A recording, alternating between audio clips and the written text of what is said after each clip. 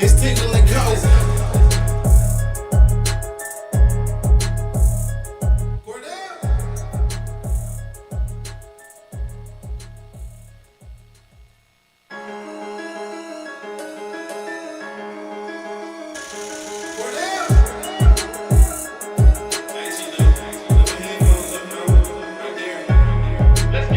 It's Tingle and Coke.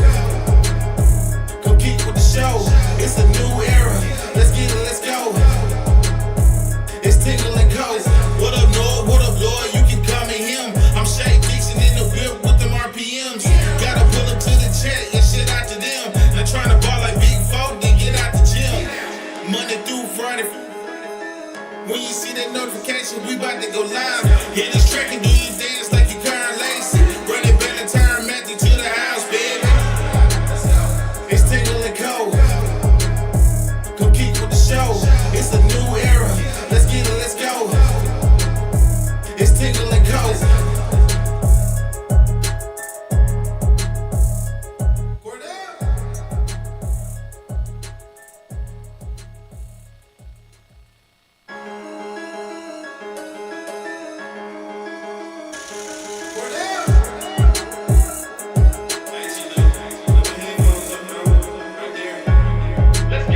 It's Tingle and Coke. Go keep with the show. It's a new era. Let's get it, let's go. It's Tingle and Coke. What up, Lloyd? What up, Lloyd? You can call me him. I'm Shay Dixon in the whip with them RPMs. Gotta pull up to the chat and shit out to them. Not trying to ball like Big Folk, then get out the gym. Monday through Friday. When you see that notification, we about to go live. Hit this track and do you dance like you Karen Lacey. Run it back and turn Matthew to the house, baby. It's Tingle and Coke. Go keep with the show. It's a new era. Let's get it, let's go. It's Tingle and Coke.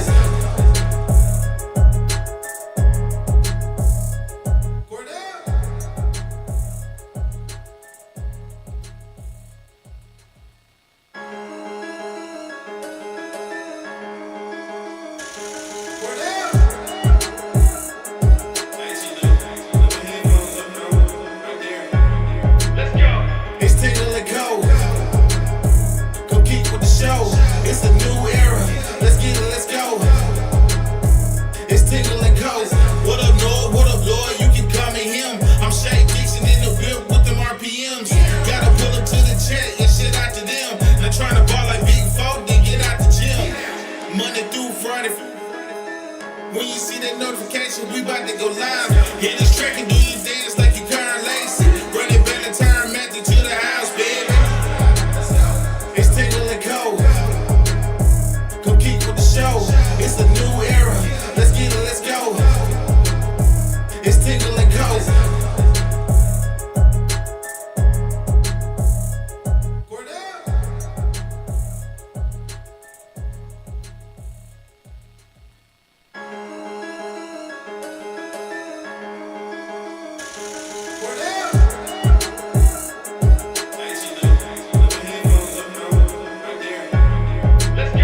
It's Tingle and Coke. Go keep with the show. It's a new era. Let's get it, let's go. It's Tingle and Coke. What up, Lloyd? What up, Lloyd? You can call me him. I'm Shay Dixon in the whip with them RPMs. Gotta pull up to the chat and shit out to them. Not trying to ball like Big Folk, then get out the gym. Monday through Friday. When you see that notification, we about to go live. Hit this track and do you dance like you Karen Lacey. Run it back and turn Matthew to the house, baby. It's Tingle and Coke. Go keep with the show. It's a new era. Let's get it, let's go. It's Tingle and Coke.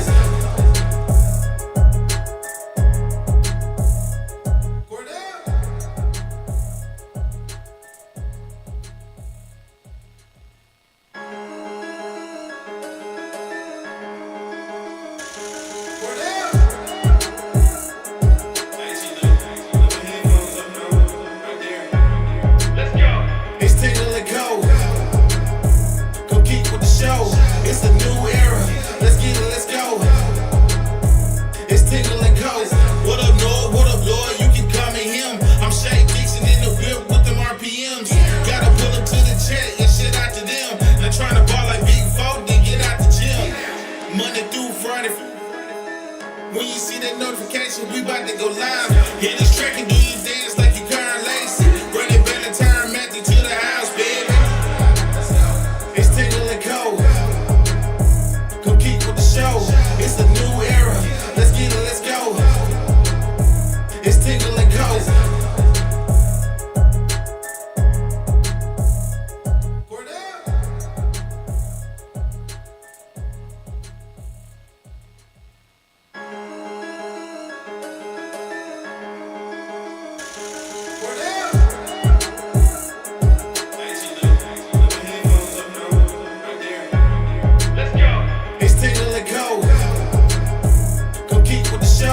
It's a new era. Let's get it, let's go. It's Tingle and Co. What up, Lloyd? What up, Lloyd? You can call me him. I'm Shay Dixon in the whip with them RPMs. Gotta pull up to the chat and shit out to them. They're trying to ball like Big Folk, then get out the gym. Monday through Friday. When you see that notification, we about to go live. Hit this track and do you dance like you Karen Lacey. Run it back and turn Matthew to the house, baby. It's Tingle and Co. Come keep with the show. It's a new era. Let's get it, let's go. It's Tingle and Co.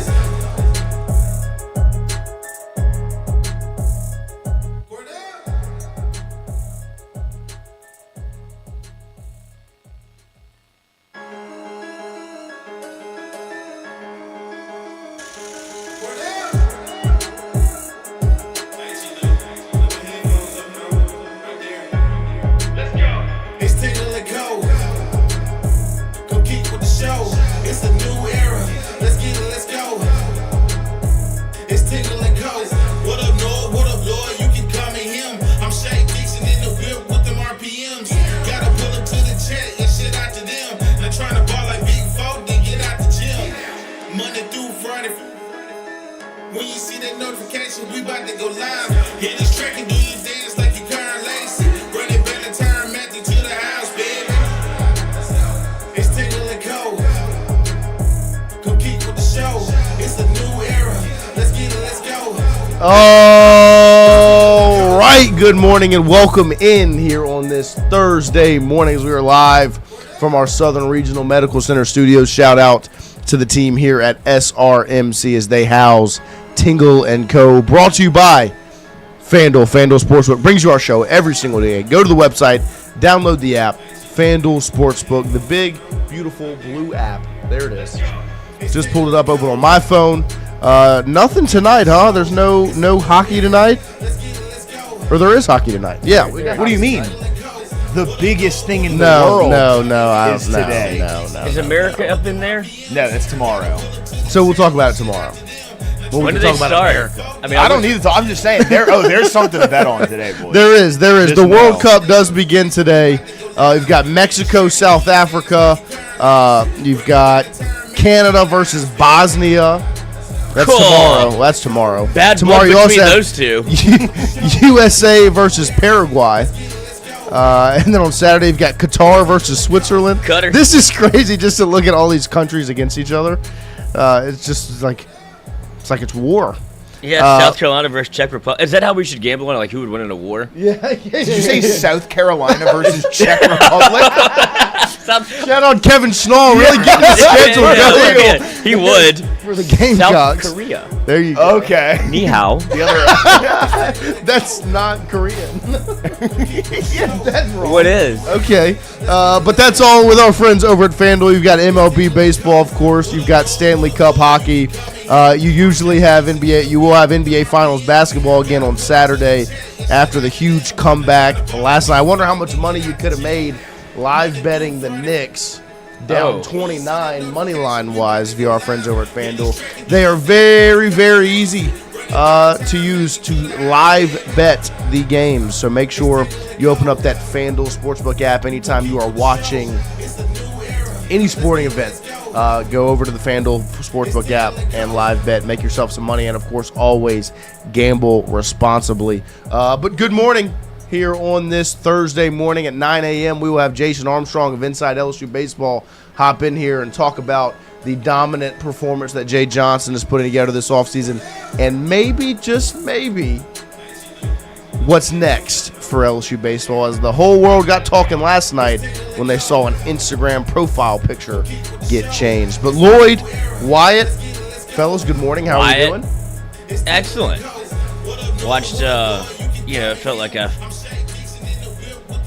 I've lost some of my boy wonder charm of sports. And right. It continues just to happen more and more, where that should have been something that I enjoyed as not having a dog in the fight, to see a NBA Finals comeback, maybe I think the largest in NBA history ever, happened in the Garden, which there were parts of it that were very cool, parts of it that felt very and left knowing that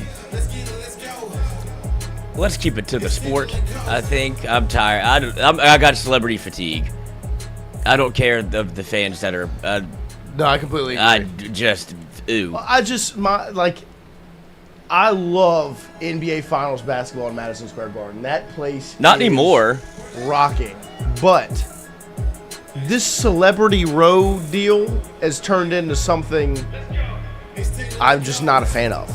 Like, it's every time something happens, they are panning to Taylor Swift. Don't care.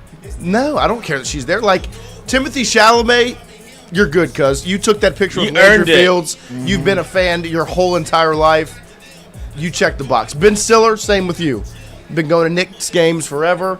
But all these are like the Law and Order cast, and Taylor Swift with her, was she wearing a Stevie Nicks shirt? But Nicks spelled like the Knicks. Like, it's just like, what are we doing? Where have you been for the first 82? They've been bad for a while. They were bad for a hot minute there between Carmelo Anthony to now. It's been 30 years. And I didn't see anybody there. And then from the end of the 90s, early 2000s to when Melo got there in 2011, pretty bad then too. I didn't see anything on there. But hey, Spike was there. the thing, and Spike Lee, of course, you're good to go. The thing I don't like is that I found out that the Knicks, Madison Square Garden, gives those tickets to the celebrities. Like, because they interviewed Ben Stiller, and they're like, how long have you been a season ticket holder? He's like, oh, no, I don't have season tickets. These are that I'm lucky enough that they give me the celebrity row courtside tickets. I'm like, they're not buying these tickets. They're just getting to sit there. They're just, Madison Square Garden is cool. begging celebrities. Well, yeah, it's pretty cool when you're the celebrity. But, like, it's just like, I mean, come on. At least make a profit out of it. Wyatt, how are you? I'm great. Yeah, I don't know. I guess I wasn't really sentient enough when the last time the Lakers played at home in the finals. Obviously 2020, but that was in the bubble. Yeah, like 2010. Was that celebrity row really, like, annoying for people? I don't know. Because I don't really remember it. Like, I would assume, like, Jack Nicholson I'm sure that it were was all there. The celebrity row, the courtside was popping the way it is now. Like, Right. they were all there. But the coverage of it. I think that's the part that's changed the most over time. Is they want the pan the camera to that for the social media run that, oh, Taylor Swift celebrating a three-pointer that gets made.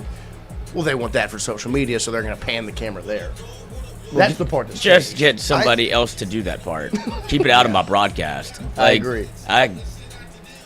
I couldn't produce I don't want the camera I would produce it a little bit differently. When Mike Breen says bang, I don't want Yeah. the camera on a celebrity on the sideline. That's fair. You I know do what I mean? get the social media aspect of, course. it, That's though, what I'm saying. because, Let like, them do that. Let yeah, social people for but that. like, I'm not a Taylor Swift fan, but like, let's put something in our arena. Okay. Let's say Malik Neighbors is sitting courtside, Right. And you see Jalen Brunson hit a three, and it pans to Malik Neighbors, and he's fucking. I'm like, oh, this is Malik Neighbors. Yeah, I Like, mean, I that guess- is cool. Like, that'd be cool for It us. is. It just also depends on the moment. Like in the fourth Right. quarter, when they make a comeback like that, like the first thing I don't want to see it's something non-basketball is something related. non-basketball on the sideline. Yeah, you know? no, I do like, go to agree. the pan to the bench. I do agree. Get the guys on the bench that are getting fired up. Well, Then to the opposing head coach that's like throwing his pin into the ground and getting pissed off. Or maybe just the basketball, because they're Yeah. taking it out the hoop and running. And it's like, oh, they're across half court.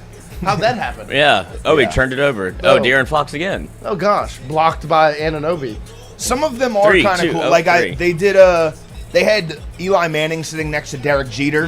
I fucking hate the Yankees, the burning passion. But Right. even like as a non-New York guy, No, that's cool. That is kind of cool. Yeah, no, I Like, agree. Respect to them. I agree. It was a great basketball game. It was unfortunate the way it ended for me because I had the Spurs. I would like for the Spurs to win.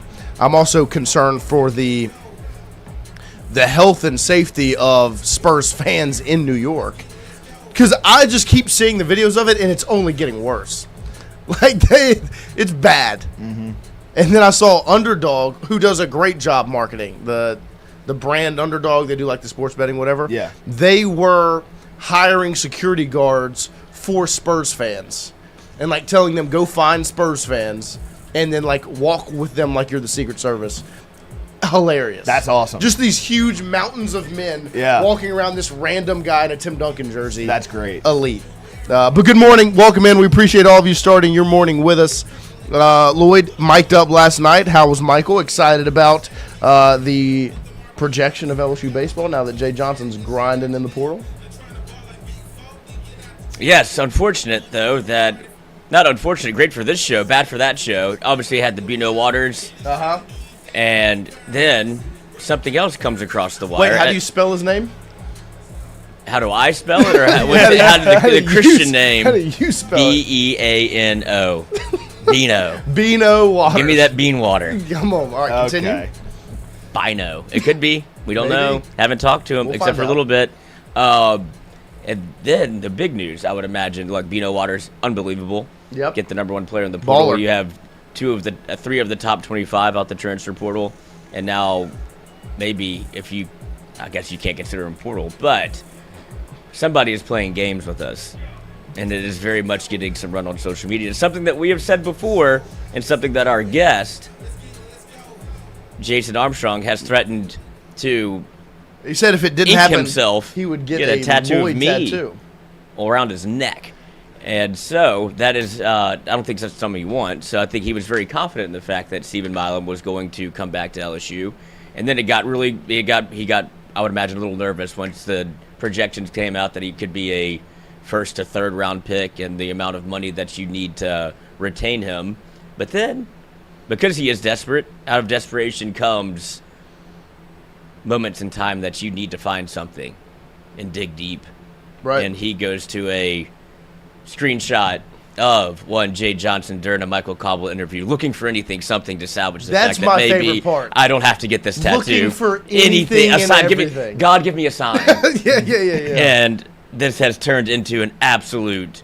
He has kicked the hornet's nest in the best way possible. Yeah, 100%. And now it is a picture that got a little run on social that turns into Stephen Milam's Instagram profile picture, which could very much be the sign he was looking for. That's the craziest thing, is just the way things snowball now. Because, like, the reaction from Jay is, like, attention catching. Like, because you do notice when Cobble says it, Jay's kind of like, It's like you do notice that. And then Jason, of course, screenshots it, posts it. Like, I saw that. Yep.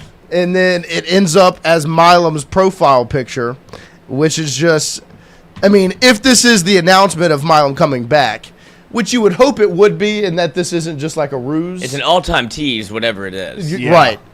And so if it is, it would be a great play by Stephen Milam. As Jason's response was, late last night, Stephen Milam responded, there are only two possible options. One, he's trolling me. Two, LSU just won the 2027 national championship. Which is, I completely agree. I like those Either odds. Stephen is messing. Even Steven? Stephen could be messing with Jason Armstrong, or he could be announcing LSU is back. And Jason, it's not just trolling you. He'd be trolling all of us. All of us. All of us. That's a dangerous game to play because right now it can go one of two, especially after watching how New York can treat people. But this would be because people's hopes are high. Right. Yeah. And whenever, Well, now everyone's assuming one thing. right.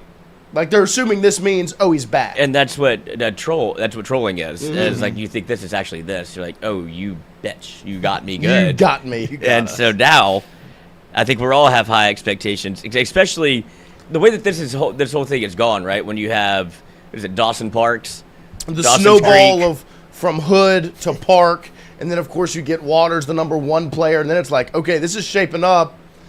You know what would be real nice? Your starting shortstop coming back. And then the timing of this could not have been better. been better at all. Like, the snowball is massive right now. Because before all of this, we were pretty adamant, and even with Armstrong, that was a bold decree to make on the show. There were whispers of him coming back, but then it felt like it all went to the wayside after the Dawson signing. It's like, oh, there's your shortstop. And it's like, well, there's still third base, particularly, that could be open. But you felt like, okay, there's also, you have Ruckert at second. Right. Like, this feels like you're feeling a need. And now it feels much different if this is the case. And dare I say, you got better with Stephen Milam. Like, I love the opportunity for Ruckert to compete, but what Dawson has done, and now you go back to what we said they should do before the offseason started. You want to fill your infield with shortstops. Yeah, I mean, you would. At this point, you would look at it and you would go probably Park to third, Milam to short, Ruckert at Milam's second. not leaving. That's No, short. Yeah, Milam is shortstop. Yeah, it's where so does then it would be catcher. where does Park Yeah. slide in at? I would say probably you keep Ruckert at second, Park to third, and then you have three shortstops in your infield. Right. Where you've already got the Milam Ruckert dynamic at second. They've played. It would be massive for your Cerna program. at first, Aaron Beatty catching, Braun to the outfield, Pearson DHs. Now you got a stacked lineup. You would have a stacked lineup. But I want Braun at first. Too bad. Yeah, you're really on this Cerna at first thing, this Cerna at first wave. Or the Braun in the outfield wave. It gets you another bat in the lineup. No, it does. I Gets you agree. two more bats in I the agree. lineup. I agree. No, it would keep the opportunities open for DH and first base to be two more bats. And And smart. It It's also like very putting dangerous. Bear Jones at third. Some would argue. That Some was would argue smart. very Get smart. another bat in the lineup. You're Also- telling me Cerna can't play first? Very dangerous. No, he I'm can. not saying he can't. I just don't think that's gonna happen. We'll see. I just really like Braun at was first. very good at first Yeah. this past season. I feel like the best version of LSU has Braun at first. Well, then we're getting into war. Like, wins above replacement. Right. I think if you're talking about defensively, especially, You haven't seen Cerna play we first. saw he started at Fine. first. Yeah, one no, game. I'm saying you yeah, haven't no, he was fine, but I like Mason Braun was the number one first baseman in the country coming out of high school, so I have a little bit more confidence in him to play that position. As well as, like, that means Ruckert would be at second, which Right. I know he made the two big errors in the two biggest moments of the season. He was very good defensively at second base outside of those two errors. Like you would the- assume he's getting the the middle of the infield defense improved drastically when they went to Ruckert full time. Yeah. And so we'll be interested to see. But that's what you want, is you want that to be the conversation. You want to have all these pieces to where it's like, well, do you play Park at second or third, rather than being like, well, Park's your shortstop, who's going to play second and third? Like, you want Now you have all the options. pieces for Jay Right. Johnson to be able to move around and make it happen. These are the conversations you want to have, not who's going to play, who's on first, what's on second, I don't know, who's on third. You want to have options, like Lloyd said. These are good conversations to have. We will continue them with Jason at 9 a.m. One last thing on the catcher. The other reason why I don't think Cerna will play a ton of first, Jay loves to rotate the catchers defensively, so I think you'll see a lot of Aaron Beatty catching Cerna DH, Cerna catching Aaron Beatty DH. Give the catchers days off in between so you don't have a Luis Hernandez situation where he's catching every single day, which I'm sure both of them can do. But from an offensive standpoint, you want those guys to be fresh. minimize their fatigue, Right. be absolutely fresh all the time. So I think that's why you'll see Cerna and Aaron Beatty go catcher DH for the most part of the season. Eddie Yaman. Do you also have I Eddie love me Yaman? some Eddie Yaman. You Don't get me started. I also didn't hate Eddie in the outfield. So we'll see. Like I said, these are the conversations you want to be having. Of put the pressure on Jay Johnson to press the right buttons and have the pieces to make it happen. If Stephen Milam is actually coming back to LSU, the biggest announcement of the offseason for LSU baseball. And Bino Waters is a pretty big announcement. But keeping your shortstop and giving your head coach the freedom in the infield to have those three shortstops somewhere is massive. Absolutely massive. So we'll continue that baseball conversation with Jason Armstrong at 9 a.m. this morning to open up hour number 2. You also saw announced yesterday on social media, LSU football had game times announced. And it was a pretty cool thing to see. Where's it at? There it is. There it is. 6:30 p.m., of course, for the first 3 games. We all knew that. We knew you would have Clemson, night game in Death Valley, Tech, same thing. And then you knew Ole Miss in Oxford was going to be a night game. The next one is A&M, which is listed as flex, which essentially means it's between a midday game and a night game. It's not going to be an early game. I would be very surprised if that game is not a night game. I would assume the entire month of September will be 6:30, 6:30, 6:30, 6:30, 6:30. Like, it's all going to be night games for the Tigers. You then have a road night game against Kentucky. You will play Mississippi State at home early. And you also play Auburn on the road early, which I thought was very interesting that the Auburn game will be a day game in Jordan-Hare and not an evening game. And if I were to say that is somewhat of a benefit for LSU, that it's not going to be a night game in one of the spookiest places in the Southeastern Conference. And then, of course, you have 3 flex games after that with Bama, Texas, Tennessee. Essentially depends on what the 2 teams look like at that point, where they slot in. And then an early game on the road, which this one, sneaky, I might be the biggest fan of. The early Arkansas kick. This is the Saturday after Thanksgiving. It's just like memories for me as a kid. Mm-hmm. Like when Jarvis made that one-handed catch in the back of the end zone. Yeah. It was an early kick on the Saturday after Thanksgiving. That one I did get a little excited about. Wyatt, Lloyd, your reaction to the schedule announcement yesterday? I do love Arkansas being back in, just from a nostalgia standpoint. Yes. Nothing to do with the team. I'd love them being back in that final game. My biggest takeaway from it, I've been talking about it for months, the Auburn game. I am very relieved that it's an 11 a.m. kick as opposed to a night game. Still going to be a tough game. I still like the team that Auburn has put together. I like their new coach, Alex Golish. I still think that's going to be a tough environment, a tough game to win.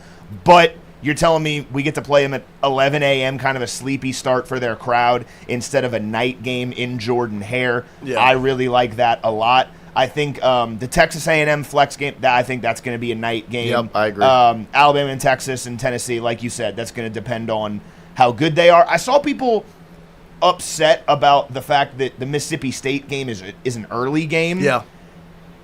Look, I get it. You want every game in Tiger Stadium to be a night game.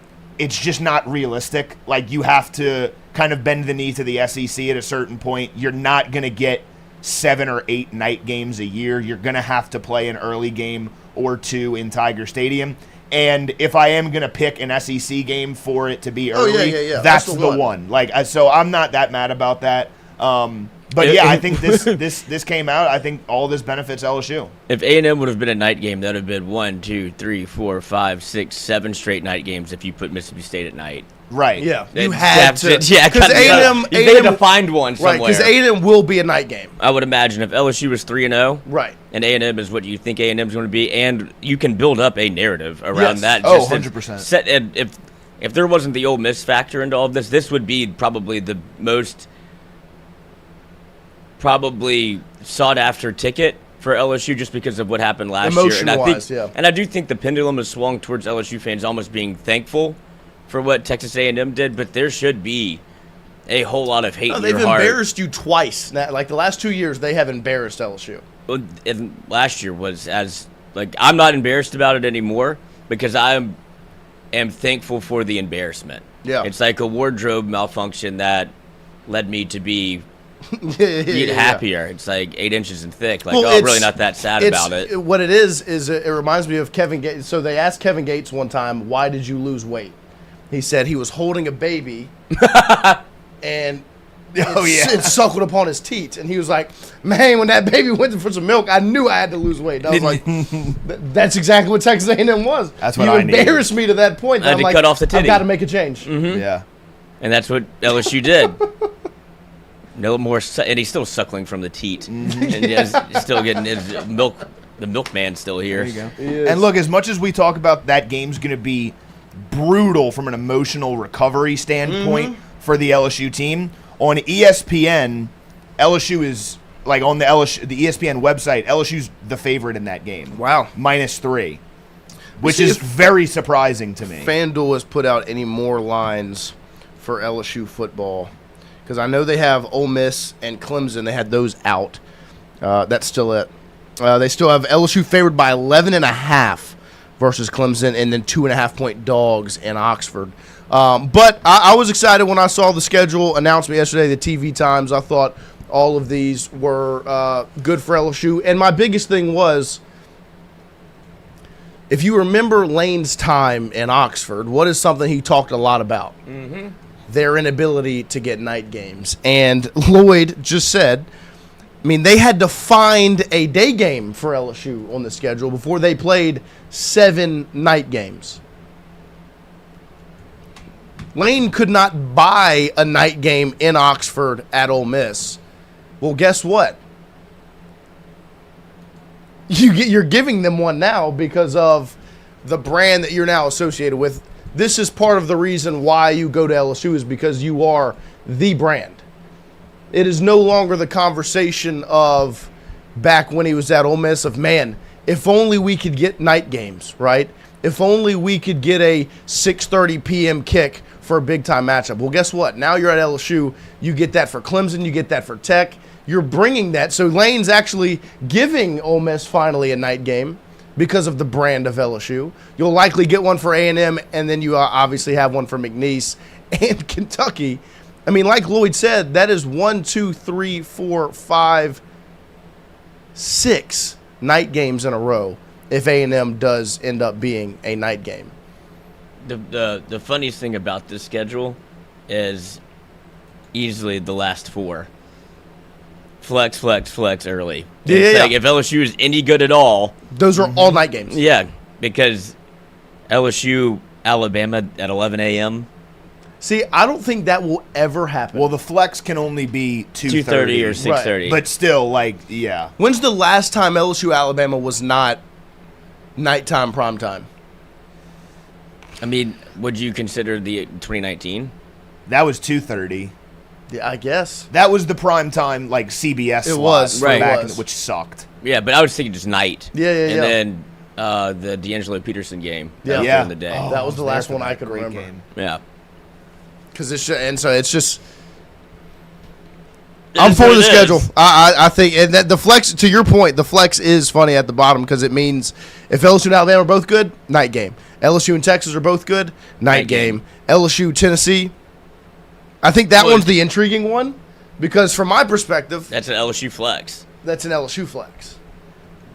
And I guess the question will be, would you rather that one in Neyland Stadium be 2:30 or evening time? 2:30. I Please, agree. Lord, don't give us a night game. Because that was my thing with the Auburn was I was like, good. Like, Yeah. I don't want that one to be a night game in Jordan-Hare where they're able to get fired up. Because that place, you've heard many coaches and people talk about it. It's a spooky place. Now, of course, it depends of what the teams look like. But LSU has been the better team many times going to Auburn. And, I mean, think back to 2022 when LSU won the West. The last time they played in Jordan-Hare. I mean, thank the heavens for Greg Brooks because you shouldn't have won that game. And he goes full honey badger, rips the ball out of his hand, and gets the interception. Ends up, my least favorite part about that is all the grass that ends up in the helmet, and he just can't pull it out. I was like, oh, He got absolutely crushed. by Robbie Ashford. Yeah, he's upset. He was very mad. But it's a great tackle. He got honey badgered. But, and the other, like Wyatt said, that Kentucky being at night, I don't know who's kowtowing for that, if that's Kentucky with a new head coach saying we want this one at night. Because that thing could go either way. Like, Kentucky could not be very good. Yeah. But I think they will be, and I think that's what they want. They want to be able to be in prime time, and I don't think that they could. Kentucky hasn't been good at football in quite some time. Like, they've been okay. That's the But I last time they think dominated LSU Well, in 21. I think that and I think they have a little bit of juice going into this year. New head coach, you finally got Stoops out of there. It feels like it takes forever to move on from one of them. Like they're just like, no, I'll coach. They're just so mediocre. It's Yeah, We almost got hired by Texas A&M, which Yeah. is the wildest part Crazy. of that.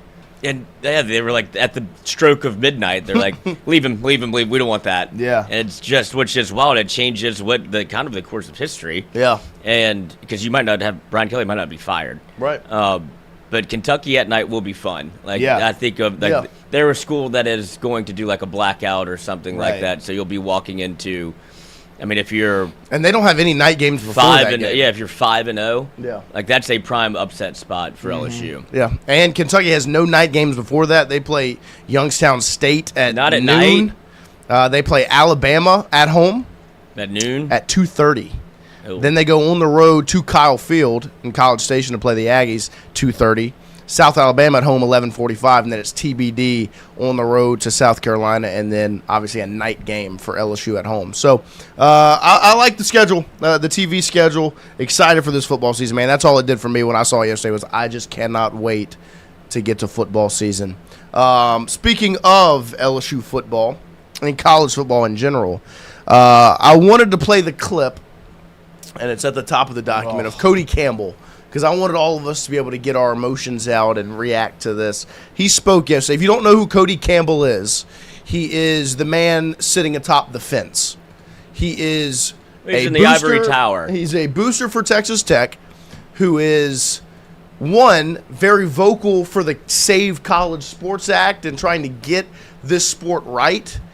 And then two, he is the key Texas Tech booster who is very outspoken in support of Brendan Sorsby playing college football for the Red Raiders after gambling on his own team and being deemed ineligible by the NCAA. So playing a little both sides of the fence, but he was on a podcast yesterday and spoke about the current Texas Tech Sorsby NCAA situation. And there's a school that he just so happened to bring up, which absolutely dismantled his argument because he was just straight up wrong. So here's the clip. We'll react to it after you listen to Cody Campbell speak. Do you need to play the whole thing or just the How long is it? 2 minutes? Run it.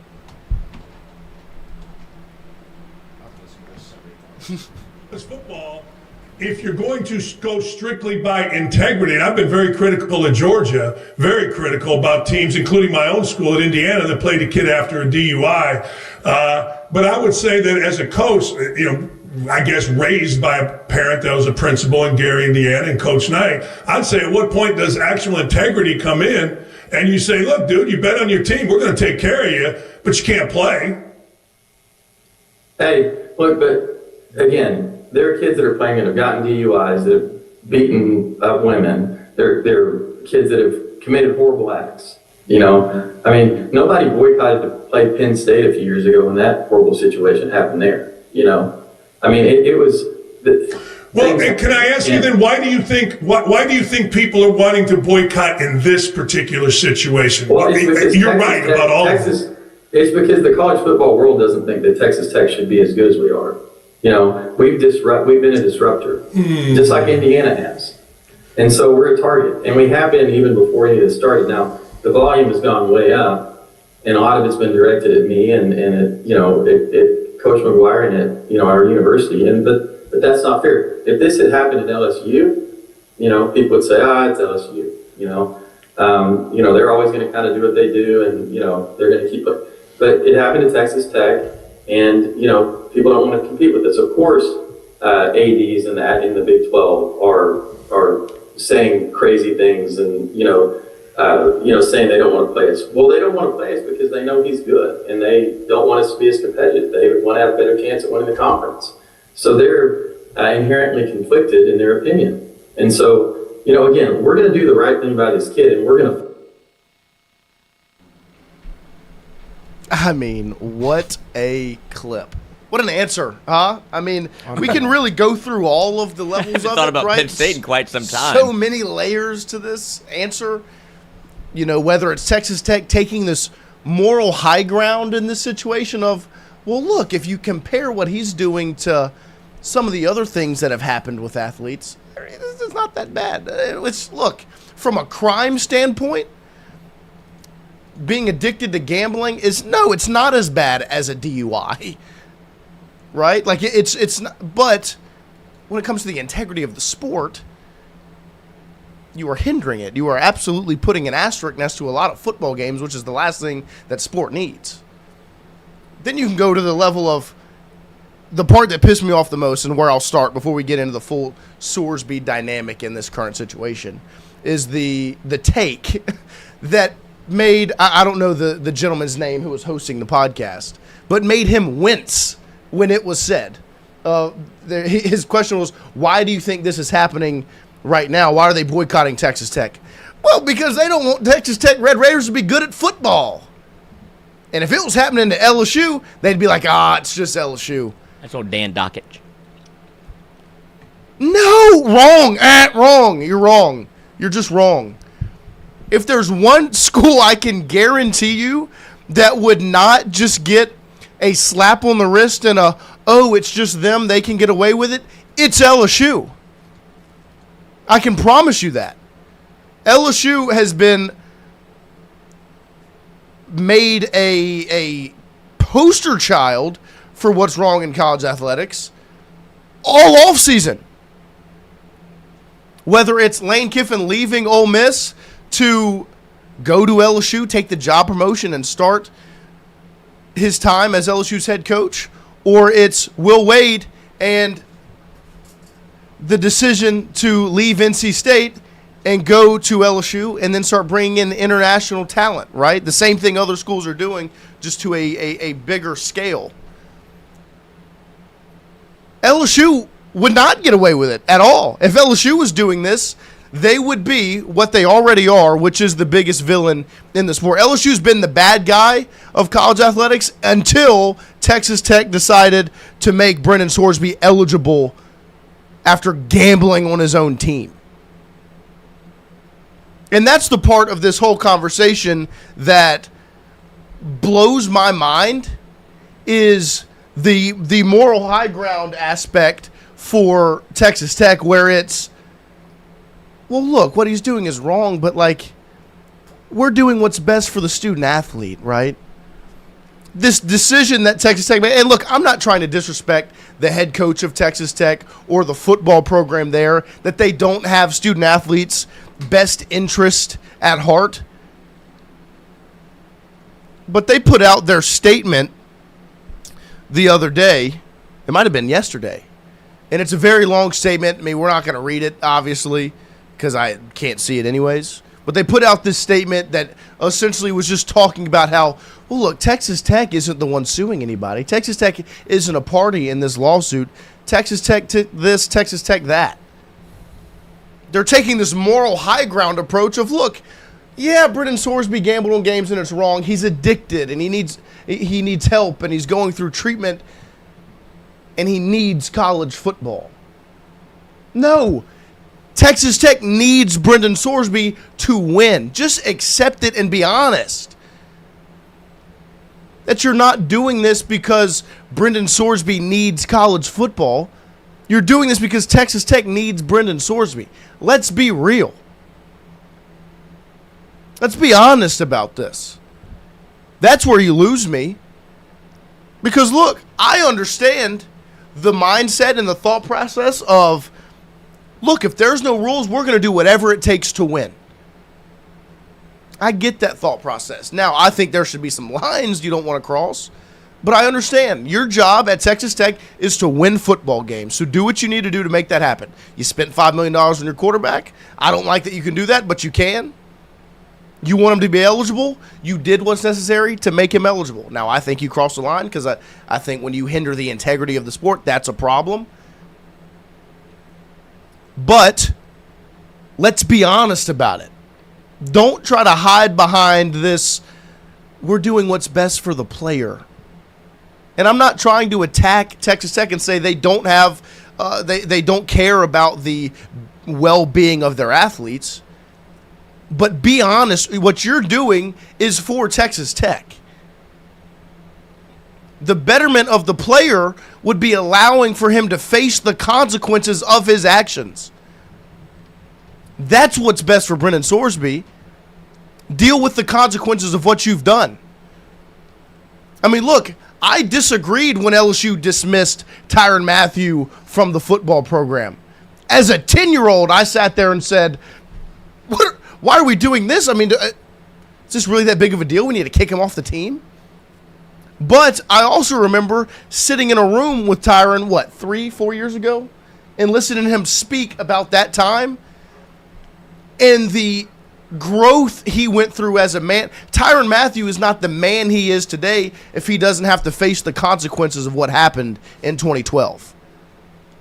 Now, was that best for LSU football? No. LSU football would have been a much better team had number 7 suited up and played for the 2012 football season. I think we can all agree on that, right? I think it would have helped out a little bit. The best player in the country was on your team. But maybe I'm not depressed. The best thing for Tyrann, as he looks back at it in hindsight, was to face the consequences of those actions. And Texas Tech is not allowing he's just getting suspended for 2 games that don't matter. Mm-hmm. There's your consequences. No. He gambled on his own team.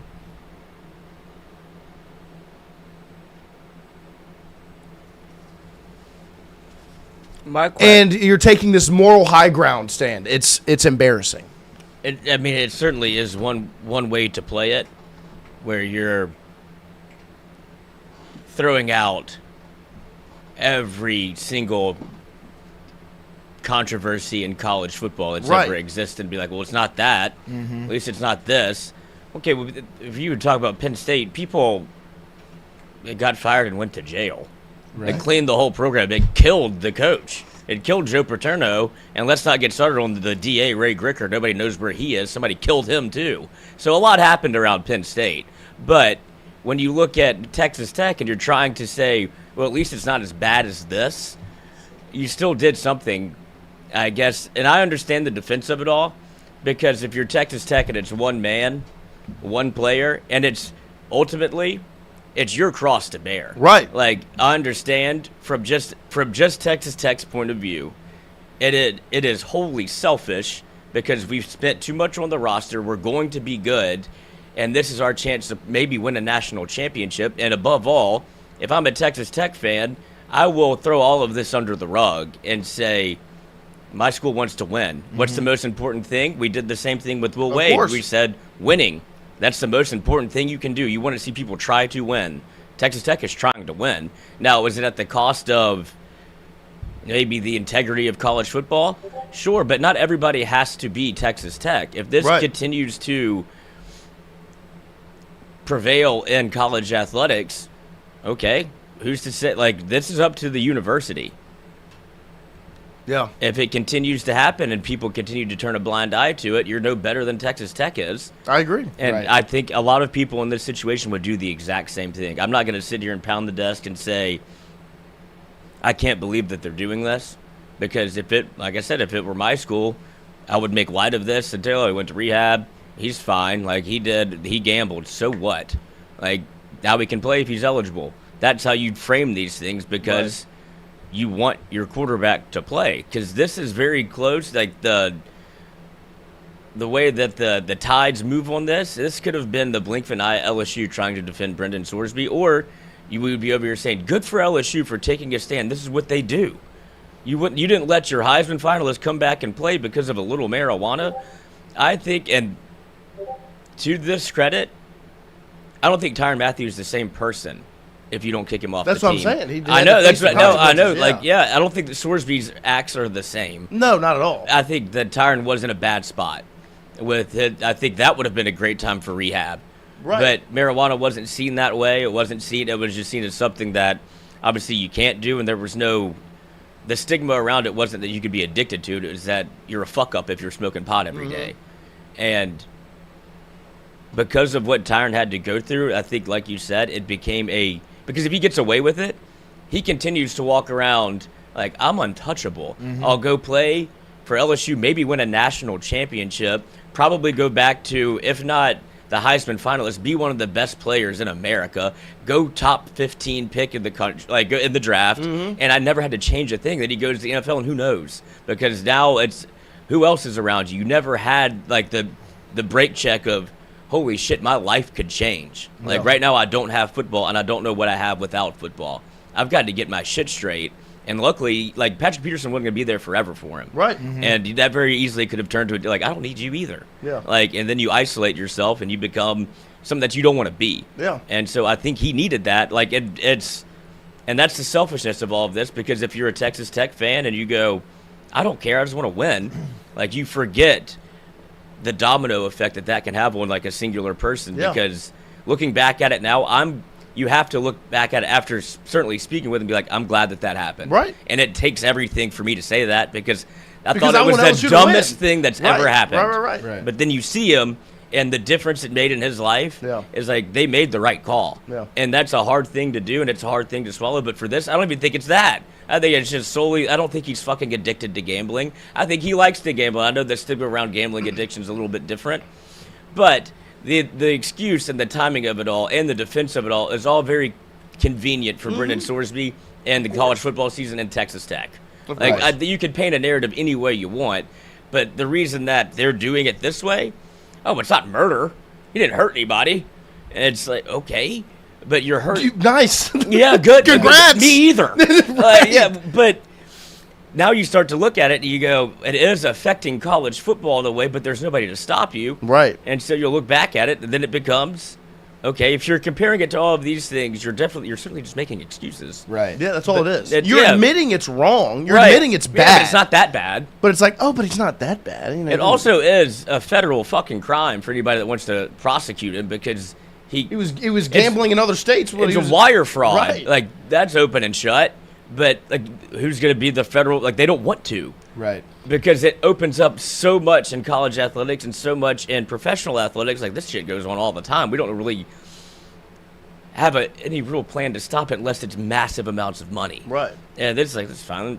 I don't know what to do about it.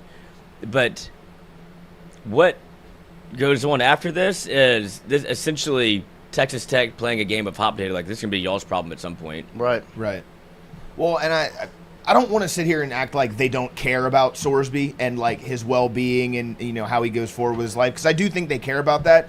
But Only because he plays for Texas Tech. right, no, that is absolutely true. But I do still think they care about how he does going forward in life. But they're putting football above that, Right. Which is the same thing as not caring about Yes. who he is, right? And that's the part to me that I don't like, because they're gaslighting the country.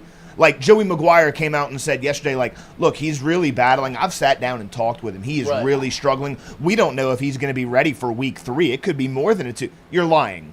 You're lying. If he's healthy and he has the injunction and he's eligible, he will play in week 3. Don't lie, Of right? course. And you bring up the Penn State thing. No one refused to play Penn State. Penn State didn't trot out Joe Paterno after the scandal happened. He never walked back out on that field. Right. The scandal happened and they fired him, and he was never a part of college football again. So that comparison makes zero sense. I don't understand that at all. What he's doing is a game of, it's look over here to, like, distract you from what's going on. It's a logical fallacy of false equivalency. Right. That's all he's doing. And it's because I do agree. He's trying to rally the Texas Tech people, which is fine. And They'll be rallied regardless. 100%. And the thing he said about LSU not being as, like, no one would care if Right. it was LSU. Look, we sat down at a lunch with Mr. Fun 2 weeks ago, and he had a college football take that he told me. I looked dead in his eyes and I said, Jason, that is the dumbest fucking thing I've ever heard in my entire life. Yep. Mr. Fun, you can sleep easy now, because that is the dumbest thing that I have ever fucking heard in my life. Because I don't disagree on the whole premise of other schools would be treated differently. Not LSU. LSU is the one you could not have said. I didn't call you out. You say Mr. Fun that was the dumbest thing he's ever fucking Well, he done? said not anymore. Not anymore. There's a new one. There's a new number 1 That's my now. voice. There he is. For a little bit. I gotta hear this. Well, we do have an interview in Oh, 4 minutes. Yeah. That's okay. But so Yeah. Cody Campbell, the Texas Tech booster, said that if this was happening to LSU, no one would really care as much because it's LSU, whatever. And what I said, you said something to me a couple of weeks ago, one of your college football takes, and I told you that was the dumbest thing I ever heard. And I said, Mr. Fun, you can sleep easy now. 'Cause that's no longer the what case. was the take? What did I say? Your take? Yeah. That Jaden Daniels wouldn't have won the Heisman if LSU went undefeated. And now you think that something is Dumber than that. Oh, Yeah, I got you. I got you. It didn't make your take less dumb. It's just something overtook. Listen, it. I'm not saying that Jaden Daniels wouldn't have won the Heisman. Do you not want him? Play? Oh, What is it? I'm not saying that he wouldn't have won the Heisman. I'm just saying I think his stats probably would not have been as good because of a defense. It would not have required him and us to play that style of game. Now, I still think that Jaden Daniels is one of the best quarterbacks ever played. I think he's 1A to me. If he goes undefeated, is he over Burrow? If he beats Alabama, goes undefeated, and wins the national championship, is he over Burrow? He's in that same conversation. Yeah. But my thing. So it's not what I said is not dumb. It's someone said something dumber. Yes. Yeah, that's fine. I'm okay with that. I'm okay with that. Where anyone that's had a bad take, you are now safe. Because Cody Campbell. That is the new dumbest that. thing I've You're ever heard. No longer his point of reference for the dumbest thing he's ever heard. Right. Yeah, And I know. literally Sleep just easy. happened to walk in and I heard my name. I was like, oh, I can't wait to go get in here. I miss my boys. I hadn't been here in a couple days. I know, Well, I know, I've yeah. been here, but Those consultants are keeping y'all busy. We've been fucking bustering for some lunch in here, Oh, man. God, I know. Sitting here just No. listening to y'all giggling there. Oh, And we're like, man. God. That used to be us. We used to laugh. Yeah, I Come remember giggle when- with us. I remember when y'all talked to me like that, Yeah, right? yeah, exactly. Yeah. Ooh, one Got more day, FOMO. boys. One more day. Last day of consultants for this week, and And then it's World Cup in Omaha. We are locked in. yeah, I'm so pumped. I'm so pumped for this afternoon. Look. I know what a basketball game last night. Oh, The only thing we hate is the celebrity row at the front. Just you're gonna pan to Taylor Swift after every made shot. So I read something on ESPN.com last night about Celebrity Row. Not all those people pay for those No, they tickets. get them. They get They them. give them out. And they have rules, Yeah. which I'm cool with the rules. Like, I'll invite me, Knicks. I'll play by the rules, and I'm Mr. Fun, right? I'm a Tingle and Of course. But yeah, like, They're just giving these tickets how out. about Kirk Herbstreit hanging out there too? It's everyone. was his dog really there? No. Okay, that was photoshopped in. Yeah, I believe I so. was how about gonna how about say. when Dylan Harper walks by, he taps him on his butt? Yeah. I didn't think you were supposed to touch the players. You shouldn't. I thought that was kind of an pretty sure It's it's unwritten a Herb rule. Street. You can do what you want. I guess so. I thought that was an I unwritten mean, also rule, like too. Dylan Harper on the. I will say, great draw up on the last inbound play. Oh, wow. If Cat doesn't deflect it, Stefan Castle is Wide wide open open. at the rim. So It was did a great play did the design. clock start when No, he tipped didn't. it? No, So it didn't. No, so that was the thing. I was like, well, the clock didn't start until Stefan touched it, but it definitely got tipped. So it Yeah. would have been a whole. I think there would have had been a it review. happen. I thought there was going to be a review for a potential foul. is Yeah, what maybe. But you can't review a You non-call, can't. right? No. Okay, I you have kept to waiting. call the foul and review, and it can be overturned and not a foul. Okay. But when Harper was inbounding the ball, there are fans standing up on both sides of him. Yes. I'm like, So that shouldn't be a thing. as boxed in. as a courtside Right. courtside seat holder at LSU, you are told to like sit during the game. Like, and so much so that like I've gotten yelled at because I've course. stood up and cheered before, and there are rules. But That it's you, just because there's only two of y'all. well, that's true. At one Everybody point, else in the arena is sitting. At one point last year, I thought about just changing seats every official timeout or whatever. Yeah, but yeah, that's sad. Anyway, Those days are gone. Yeah, Should've not taken anymore. advantage of it when I you may could not have. sit courts. I may be sitting at the 300 level with you guys, right? Who are we interviewing today? We've got Jason Armstrong talking a little LSU baseball. Baseball. Because Stephen So- Milam. What was that? How cryptic? about it, huh?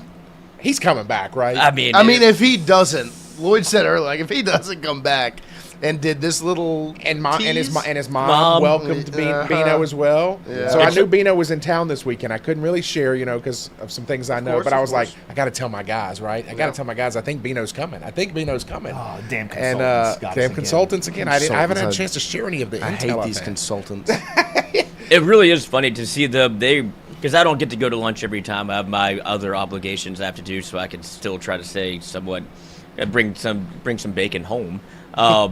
But they were legitimately like, "What are they talking about?" And they're like, "What are they all giggling about?" Yeah, it's funny. laugh with us. Well, Yeah. There's always this anxiety when a consultant comes in, and I'll be honest with y'all that they've come in to help us change our culture and make it more That's what we were for. customer centric, if that makes sense. And so it's actually been really, really refreshing and Yeah. eye opening, and it's been great. I'm actually like I think anytime a consultant comes in, you kind of go, "Ooh, got anxiety," and like, "What are they coming to fire me?" These people have been great. Guarantee Health Solutions. If you're in the healthcare business, they are a really, really good group of ladies that are going to really help turn Southern Regional into that next wave. I think. There we go. Shout Shout out out to them. It's Yeah. just been SRMC. selfishly for me, and I think they agree. Yeah. Charles has been gone for 3 weeks, Yeah. so we haven't had the whole gang here. Yeah. And then now for like everybody's 3 weeks, back. and now everybody's back, and you guys don't. boys You can't been hang out. hijacked. We're just waiting. We'll get there. We'll get there. And I'm looking at my face here, and I had to shave, so I don't know if y'all know what happened to me. I went home Monday ready to clean it up, and I missed. Yeah. I literally went to like this pencil mustache, yeah, and I went, Charlie oh God, Chaplin? no, Jason, can't do that. So I kind of tried to clean it up more, and then it just became this botch job. And so I shaved it Monday at 5. I've not shaved since, and I can see the I like 5 o'clock. Yeah, I liked it. It's taken this long to get here, so maybe it's this new thing for me. I don't know. We'll see. The girls downstairs were really disappointed. Yeah. We were The boys upstairs extremely were. Oh, Boys upstairs. we said some things that unforgivable things, but Yeah. now that I was ready to lambaste you again. It was but not. It's yeah. back. It's the fact that you're trying again. Yeah. I didn't believe you. So I'm Yeah, we did. well, Like, it wasn't. We did. We were like, oh, he lied. As- He No, did. no, no, I no, go, no. And I I'm don't- not botching. what a pussy. and I don't. And I don't know if I'm going to go as long again with it. I think it was getting a little too. No, you have to get past. That's I know, that's what but that's it was the so thing. itchy. It was yeah. so my goal Put some is calamine I wanted lotion to, on yeah, it. well, I bought, dude. Sunday I went to the store and I bought all these lotions and brushes and things. Like it's my whole new. I went through this. I bought carpets and I bought new clothes and this whole mustache. And so I bought all this stuff and. Literally, I spent like probably $100 on supplies for a beard, and then the next day it was gone. And my wife walks in, she goes, "You shaved?" I was like, "I botched it." I think she likes it shaved, but That's okay. Well, look. So do I. Yeah. You've earned this. Yes. It's been forever. Yes. I think we could. There's a real. This is the baseline's fine. You're good here. Yeah. It could go here. Yeah. And I think Let's that's see. it's worth the I rest. think the goal is, and y'all stop me when your guy comes on. I think the goal is that by the time we get to the November thing with the No Shave November, I'm gonna try to go for it there at that point. Of So, course. That's I usually line up with. Like that's what I used to do. I used to line up with November just to say this is Yeah. what I'm doing to see what happens. Yeah. And then you just It's too hot right now for it, it. I Is. think. It is. That's It is true. very hot. We will take a quick break here. We'll come back with Jason Armstrong of Inside LSU Baseball to talk about Jay Johnson's offseason right after this.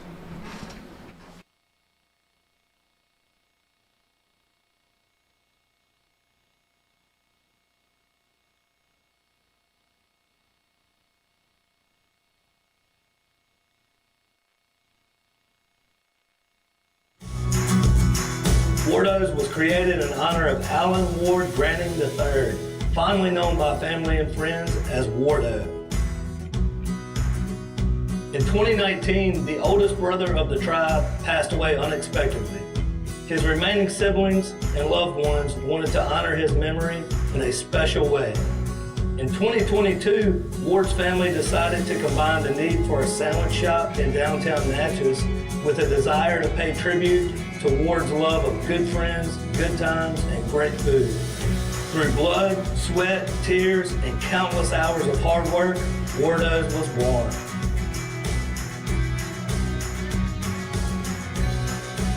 So go visit Wardo's today at 309 North Broadway Street in Natchez, where the po' boys are so good, you'll swear you're in Cajun country. Hey, Miss Lou, come visit us, Tom and Wright Granning at Go Martin on the Go Deli. Go Mart has clean restrooms, community coffee, an awesome beer cave, and a great selection of anything you may need. Located at the corner of Highland Boulevard and Highway 61 South in Natchez. Also stop by Wardo's Po' Boys at 309 North Broadway on the beautiful Natchez Bluff. Where everyone is family.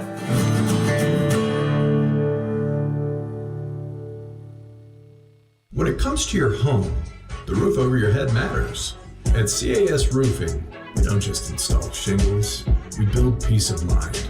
With years of experience and a commitment to craftsmanship, our team shows up on time, gets the job done right, and treats every project like it's our own home. Whether it's repair, a replacement, or storm damage that caught you off guard, CAS Roofing is ready. We're local, we're dependable, and we stand behind every nail, every shingle, and every promise we make. Because at the end of the day, it's not just about roofing, it's about protecting what matters most. CAS Roofing, built on trust, backed by quality.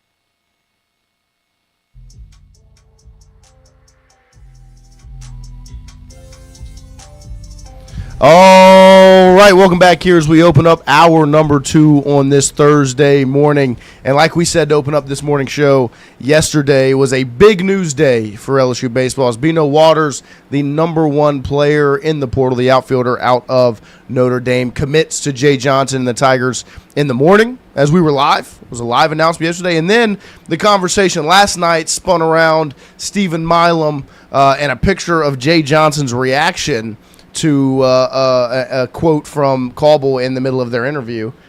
And you saw that picture make the rounds, and it was because of our guy Jason Armstrong, who's going to join us in just a couple of minutes, as he screenshotted the picture of Jay, the reaction, the smirk, and said, what does this mean? And then ultimately, as the night goes on, it makes its way into Stephen Milam's profile picture, as you see right there.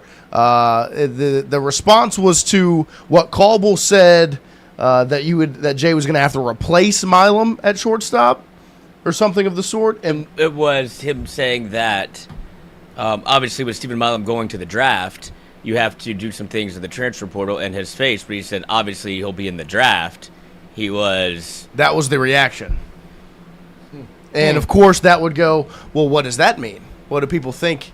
Why is Jay Johnson reacting that way? And then of course it creates the conversation with Milam putting it as his profile picture of, well, now what is Stephen saying? And let me just say, we said it this morning, I mean, that would be quite the tease if he's not coming back and that was to be posted, because it definitely got the LSU fan base up in arms last night. I mean, it was my entire feed when I woke up this morning was Spurs blowing a 30-point lead and Stephen Milam changing his profile picture on Instagram were the two things that I saw everywhere. And so, look, we talked about it a good bit in the first hour. We're going to ask Jason about it. We'll ask him also about Bino Waters and some of the other pieces out of the transfer portal. Dawson Park, of course, Landon Hood. I mean, they have 3 top 15 players out of the portal, with 2 of them being top 3 guys via on 3. And I still think if you get Stephen Milam back, it is the only thing that can compete with it is getting Bino Waters, because that is a huge deal for LSU baseball, one on the field, and of course the optics of beating Texas A&M, Georgia Tech, and winning that battle, especially from an NIL standpoint of getting him to Baton Rouge. If you are able to add Stephen Milam to that mix, beat the draft for debatably the best shortstop in the country, one of the best in LSU history, to come back and check that box, because that's what when we talked about this offseason, it was what can you retain and then how do you check boxes around that. If you get your shortstop back, it puts a structure to your infield that gives Jay Johnson the freedom to use options to his best ability. Absolutely, and what you've seen from Jay in the portal, I think, is best answered on this clip with Cobble, where he speaks about, I guess, the one benefit of not being in the tournament as long, and he said, basically he called it, this is his therapy at the moment, but he gives a little introspective into how he is handling the portal with this much time, because he's never had it before.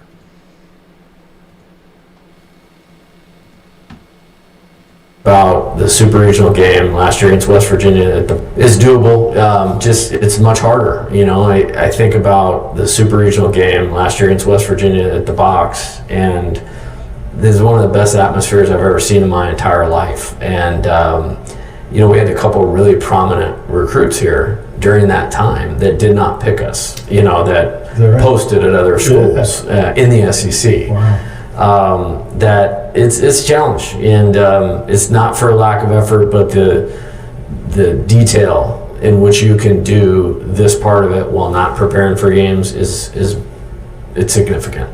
Is it just, what is it? Is it deeper dives, like better conversations? I think it can be all encompassing, and as I said, like, I never realized how different it is. Sure. By playing all the way to the last day twice versus what it is right now. I think the evaluation is important. You know, when I came here, I got some good advice from someone in this area who I did not know until I took the job of evaluating at LSU is much more important than recruiting at LSU. And I agree with that.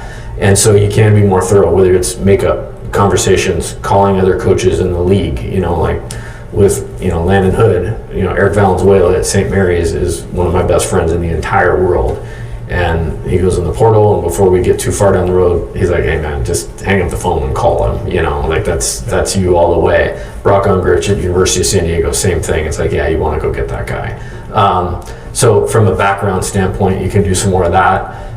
Really tried to advance myself analytically and build, kind of my own priority model and try to make sure we get, more of a Major League Baseball type evaluation on the players, but made it real specific on translating players from smaller schools to the SEC. It's called Operation Danny Dickinson. And so I would never have had time to do that without, if we were still playing. And I know everybody wishes we were still playing, and nobody wishes we were still playing more than Jay Johnson. It's almost like I have to use this as a distraction to kind of whatever you call more in the season. And if we lost in a regional final or a super regional, it would be the same way. So this is my coping mechanism. Yeah, I know everybody's fired up that you're the guy on the task too. That is a great coping mechanism for LSU fans, knowing that Jay Johnson's coping with missing the postseason by building a monster this offseason. And we are joined by Jason Armstrong of Inside LSU Baseball, who does a great job covering the program, keeps you up to date on everything going on, and also does a great job screenshotting images from interviews that creates a lot of conversation. Jason, good morning. Thank you for joining us. What's up, guys? How y'all doing? Oh, we're doing well, sir. How are you? I'm good, man. I'm multitasking, but I'm doing good, man. I always love talking some LSU baseball. Yeah, we appreciate you making some time for us every single time. I'll start with yesterday. We'll start in the evening time. You, of course, noticed Jay Johnson's reaction. You saw that smirk. You couldn't get out of your head. So you screenshot it, you post it, and then ultimately it ends up becoming Stephen Milam's profile picture. What does that mean to you, of course? You were obviously very vocal about where you thought Milam stood earlier before the season ended. Of course, as it goes on, it can create a little bit of question marks when there are no answers. And then ultimately last night he puts that picture as his profile picture, which feels like quite the tease for LSU fans. Yeah, I know. It's either like the coolest thing ever or the greatest thing ever.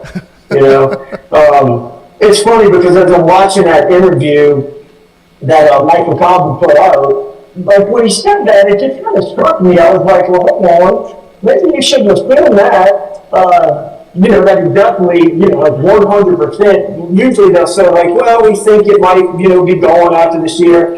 And so I was curious to see how Jay reacted. And as soon as I saw it, I was like, hold up. I'm around it. I'm like, I don't know about this. Something about that little smirk right there was very appealing to me. So anyway, I was just having a little fun with it, and posted it. And I think last night I dozed off watching TV or something and just happened to wake up to go put my phone up, and I'll see these notifications and that Milam changed his profile pic. I said, what in the world? So I couldn't sleep after that. I was wired.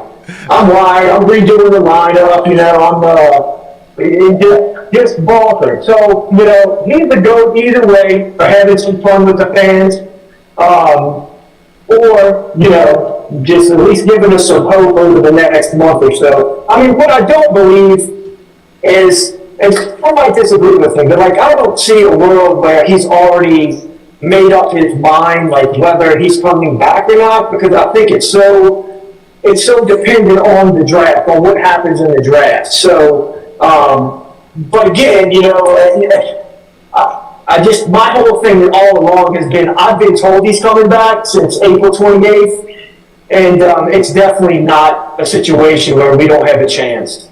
What would it mean for LSU? Obviously, they've made some big moves so far in the postseason, adding the number one player out of the portal in Bino Waters, adding Landon Hood, Dawson Park, of course, the middle infielder out of Texas State.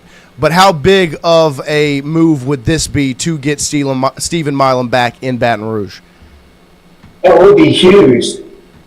It would be huge. And honestly, with what they've done in the portal, I mean it when I say, they could compete right now with what they've done in the portal. All right. I mean, you get Milam coming back, and I mean that would be a huge thing. I mean, I think most people would just assume that because we got Dawson Park in the portal, that means Milam's gone. But I actually don't believe that, because this is the thing. Most top shortstops like that, like true shortstop talents, they're not going to transfer to LSU to come slide over to like a, second base, third base. Like, this is a real shortstop.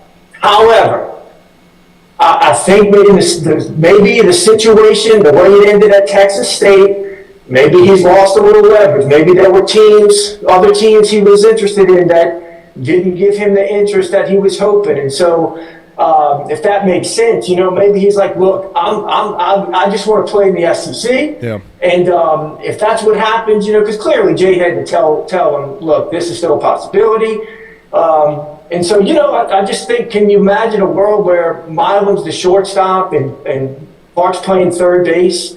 You got Ruckert at second, Braun back. You can have your whole, everybody back, and basically you just add an elite defender. So I think it would be huge. It's another bat in the lineup. But more importantly, it's about defense. Like this has to be about defense next year. We're going to have some sluggers returning. And we just added another one, a really good one. And so, it's not about trying to get as many offensive bats in the lineup. Like, that's great, and you have to be able to hit. But at the same time, we can't lose sight of, like, we are trying to be really good defensively next year. And so it'd be huge. I mean, it'd be the biggest. I mean, I swear to you, you give me Milam, I don't care if we bring in another portal player. Wow. Yeah, no, I mean, it would be massive. Speaking of the portal, I do want to ask you about yesterday's edition in Bino Waters and what that means for LSU. Obviously, he's the number one player in the portal. What is LSU getting in the Notre Dame outfielder? What's funny, man, is like, when I did that whole way too early portal wish list, I literally had him typed out and deleted him because he was a Notre Dame player like that we played against. And it's always one of those things where, like, if Jay sees you and that kind of thing, and plus he's a guy that's a top, 100 consensus draft pick next year. He's like fits everything, okay?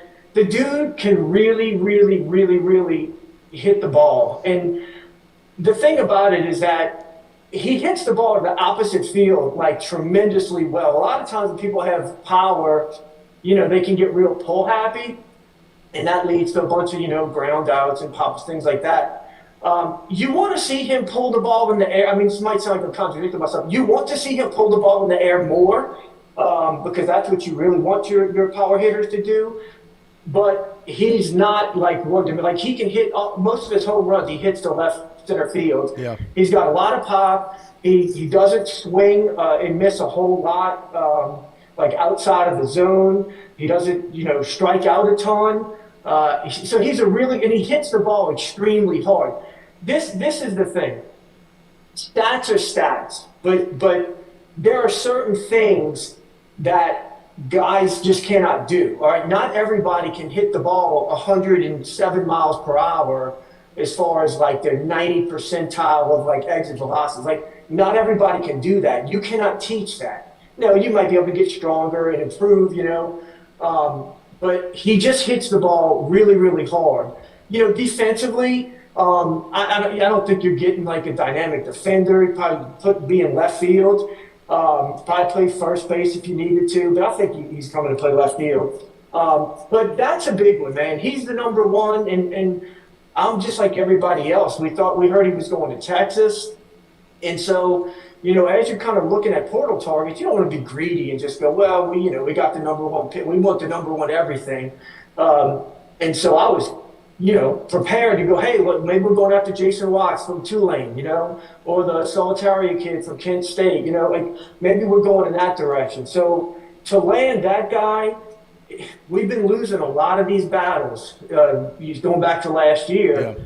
I don't know if it's over money. I mean, I don't know what it is. But so to get that one, man, is kind of like, all right, we're back. All right, we're back, and that's a huge thing, man, because that's a really, really big position of need for next year's team. So I couldn't be any happier about that pickup. Yeah, no, I completely agree. I think it's huge on the baseball field, from the playing standpoint, but it's also is a huge PR and optics win for LSU to go and beat Texas for the number one player in the portal. I want to ask you about the highest rated player out of the portal they had before Waters joined in Hood out of Gonzaga. What's LSU getting in the big picture out of that conference? He's really good, and I'm not going to sit here and lie to you and tell you I've been watching all of Gonzaga's games, but I do, follow like the each draft class and who are the top prospects and pay attention to baseball around the country. And I've watched a lot of what he does. And he is what I was always hoping we got, okay? You want to go after starting pitching. You do not want to bring in relievers, all right? That's why I was not really you never saw me posting a whole bunch about Brody Trostclair. No shade on him, good pitcher. I want us to go after starting pitching, profile guys who have been in those spots that can throw multiple pitches for strikes, that are proven, and that's what that guy is. So what happens is, even if you bring that guy in and just say he doesn't win one of your top, spots, you slide those guys to the bullpen and you feel really comfortable. But don't, mistake what I'm saying. Even though he only started 4 games last year as a freshman, that is a starting pitching profile that can throw multiple pitches for strikes. He's going to throw harder. He's got projection left. He's got an unbelievable changeup. He's good, man. I'm really, really, really excited about that. I'm glad we didn't go like the route of like, oh, this is a guy with big old stuff who, maybe had a 7 ERA last year, but he's going to be scouts like him. I was hoping we did not go that direction, and we may on other guys, but like at least on this one, I think Jay nailed it. And then, are there any other names? I know you said if LSU gets Milam, you're fine with the structure right now without having to go in the portal again. But are there other guys in the portal right now that you think LSU is targeting or should target? I think I don't know how much money they have left. I mean, from what I understand, like Hood and Park are like $500,000 players. Okay, so I don't know how much money we just got laying around to pay everybody, and I'm sure Waters wasn't cheap. I mean, I think he was even more. And so that's the thing. Like, are we still able to go after some of the guys that are going to cost us the most money, or do we need to kind of go into that next tier? Which, look, you never know anyway, so it doesn't mean just because you're not going after the biggest names that they won't be successful. But I think Watts from Tulane, I like him a lot. You want guys who put the bat on the ball, not necessarily a bunch of guys that come with a lot of risk, because we have a lot of guys who can hit the ball over the fence. But that can also be prone to swing and miss. As good as Arabidi and Cerna, guys like that are. I mean, even Park to some extent, there's a lot of upside. But you want to go after some guys that I think are going to put the bat on the ball, not strike out. And I think he's a good one. I like him a lot as an outfielder. I don't know, again, it's hard to know on the infield. I'll give you somebody that I really like that I don't think's like an elite, he's not going to be one of the top portal targets, and this is going to make you cringe because we typically don't get anybody from this school. I really like Manny Marin from Tennessee. That was a big prospect coming out of high school. He started a lot at shortstop, multiple years started for a winning program. Like that's a guy that, depending on how this infield shakes, if you just don't know, I don't think that's somebody that you're going to have to spend a ton of money to get. Maybe you will, I don't know. But somebody like that you can come bring in and maybe, if we don't get Milam back and he can play a third base, I think a guy like that is great. I mentioned Watts. You obviously would love to get some left-handed pitching. There's 2 guys I really like, but everybody likes them. Suchi from UConn, I know was here in Knoxville to visit. And there's a guy, I think his name's like Brenham. He's from Michigan, another lefty starter, 2 starting lefties. And again, I don't know how much money we got. Now, to break my rule, there is one arm that I would love to get, and he's a reliever, and it's Ricky Ojeda out of UC Irvine. He's been famous for years. I do believe he's going to be, maybe a draft risk, but again, he's not big and he's not a starter. So those guys typically don't go extremely high.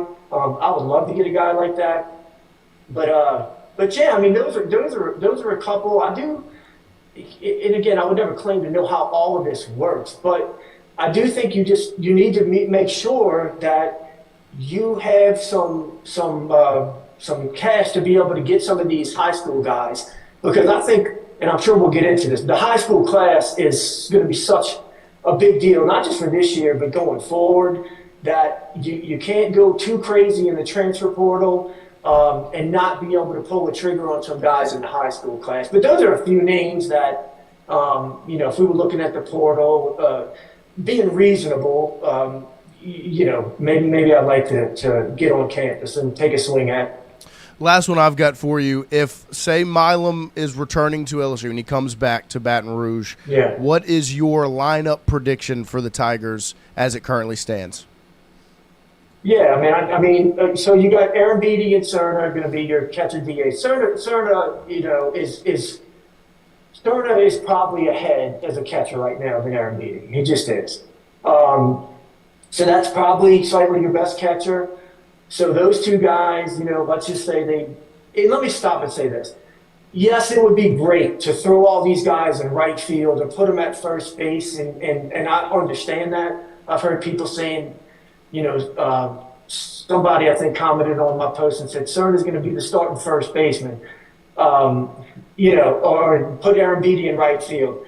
Remember what we're trying to do, though. We're not just trying to stick more bats in the lineup. We're trying to be good defensively, and I don't know why you'd put your best catcher at first. Maybe you can do some of that, or Aaron Beatty in right field. Like, you want to be good defensively. So I would say those two guys still, without making coming up with some risky things, I'll just state the obvious. Those two guys are catcher DH. You said if Milam does come back or doesn't come back? Does come back. He's your shortstop. Park's your third baseman. Rucker's your second baseman. Braun's your first baseman. I feel 100% confident in that. I'm not a big believer in just sticking a guy at first base. I mean, Vanderbilt's coach is a very good coach, and he's always had the mindset of, your first baseman's going to be around the ball more than almost anybody. You want to have a good athlete there. I think Braun has shown that he can play a really good first base. And even though he can play the outfield, I think you're going to have more athletic guys that can give you more in the outfield. So I would keep him at first. And then it's okay, you got Waters in left field, and this is where it comes down to, okay? Yeah. I think you're going to have a freshman that's going to be able to start in the outfield next year. Whether that's Anthony Murphy gets to campus, whether that's Wesley Roberson, Nate Davis. I don't feel great about Washington making it, but I think maybe you could have a freshman start in the outfield next year. So do you just need one more portal guy? I don't know. Does one come from is there a guy on the roster that makes a jump? I don't know. But I think that right now I would pencil in, I think, all the positions except for center field and right field if Milam comes back. If he doesn't come back, I love John Pearson, man. I love him as a hitter, but I don't know that everybody would just assume he's your starting third baseman next year. I just don't think you can. So I don't know about that. If Milam doesn't come back, I think you're maybe going to see who can play third. And we do have a lot of these high school infielders. None of them are pure shortstops, but I think a lot of them are capable of playing third base or second, whether that's Luke Tucker, C.J. Weinstein, if these guys get to campus, Parker Lowe. So they're the variety. But I will remind everybody that Tommy White he made 15 errors in 2023. His next year at third base, he made 3 errors, which was the same amount as Michael Braswell. So I'm not ruling it out that John Pearson can improve as a defender. And I don't know about y'all, I really like the way he swung the bat at the end of the year. And so I hate not having him penciled in, But I'm just looking at, like, what do I think is at the actual lineup coming back? So I don't think we're really far off, guys. I mean, I don't. I think we might need 2 to 3 holes filled. And, you know, a lot of that's going to determine on what we do the rest of the portal season. And then the draft is going to be, you know, the big deal. Yeah. So I can't wait. 100%. Well, we appreciate you always making some time for us. Great insight as always. And continue your work in getting Stephen Milam back to Baton Rouge. I'm not getting a neck tack. 50-50. Not happening. We appreciate you. We'll talk to you again soon. All right, guys. Take care. Thank you. There he is, Jason Armstrong of Inside LSU Baseball. Great stuff as always. Very excited to see how this, of course, all shakes out for the Tigers this offseason. Because I do agree. If you're able to get Milam back, you are not far off from – because really, I do think William Patrick could very easily slide into your right field spot, and you would just be looking for one more outfielder in a sense. And maybe it's a freshman. Maybe it's a portal get. I think it'll be very interesting. Yaman. Could be Yaman. I love me some Yaman. Don't get me started on Edward Yaman IV. Come on now. Big foe. Big foe. Yami 4. It'll be interesting. It will be. My favorite thing that kind of piqued my interest in what he said was how much money does LSU have left? Right. Which is a very interesting thought to have because you would assume. I mean, he said about $500,000 for both Hood and Park, so then that would make you assume that Bino Waters was probably $750 to $1 million, which I don't know if they're spending $1 million on one player, but a good bit more than those two were. And so then it's, well, how much do you think? I mean, they said, Verge said, about the $4 million range from the standpoint of rev share, because they were going to put baseball and women's basketball around the same spot. You would still think they have a little bit of cheddar to spend. Conservatively, yeah. If you want to go, they're at 2 right now. Milam in high school, that could get you to 4 pretty quickly. Yeah, that is true. Because you want to sign, would you say 13 guys out of high school? They're not coming for free. Right. Those days are long gone. Yeah, no, that's not happening. So yeah, they're gonna beat the draft. You have 13 guys to say, here's $10,000. That's 130. Yeah. No, that's true. So we'll see. We'll see how it all shakes out. And we the appreciate. guys you paid to, not like Milam was standing, the guys that you had to keep on your roster. Right. Like Aaron Beatty and Cerna would be fools to not go, I mean, if you're giving up money, I'd like some. Yeah, I'll take some. William Schmidt, as aloof as he may be, he knows what he turned down. Right. I think, well, pay me. There's a lot of guys over there that need to, Mason Braun. These are all people that have to be getting paid if they're staying. Of course. Right. And so, yeah, they get to 4 rather quickly. Yeah, you can. So we'll see how it all shakes out for LSU baseball, what they do in the portal left. I would assume portal focus right now would likely be lefty pitching, not as much another outfielder. I would assume you feel confident enough in Patrick and getting some of those freshmen to come to campus that you spend a little more of your money lefty pitching, because you are kind of righty heavy right now, right?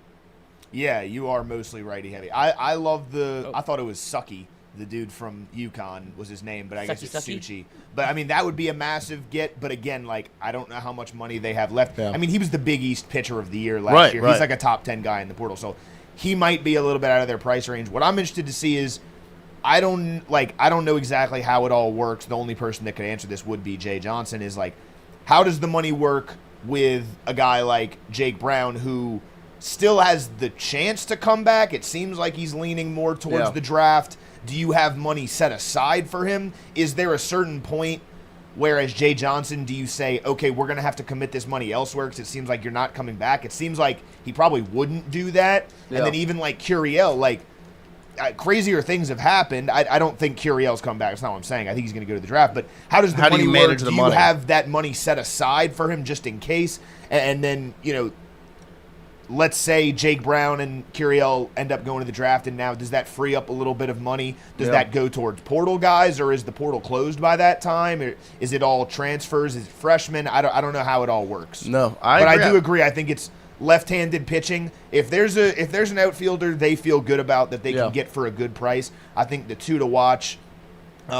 Jason mentioned both of them. Sawyer Solitaria from Kent State, who hit a home run against LSU earlier this year, and then Jason Walks from Tulane. If you can get either of those for a solid price, I think they will. Yeah. But other than that, I think the focus is the left-handed pitching right now. Yeah. It'll be interesting. The management of the money is very intriguing because you just don't know that much about it, and there is so much, especially with baseball, in limbo. Of draft, and are you setting aside that money? Do you go? It's kind of like you think back. I think back to LSU football in the offseason, the 25 offseason of, well, now that Bryce Underwood's gone and you're not investing that money, now you have all this portal cash, right? That was the thought process of, okay, since we're not spending the money there, we can sprinkle it everywhere else. They actually put together a pretty good class. They just didn't win or play.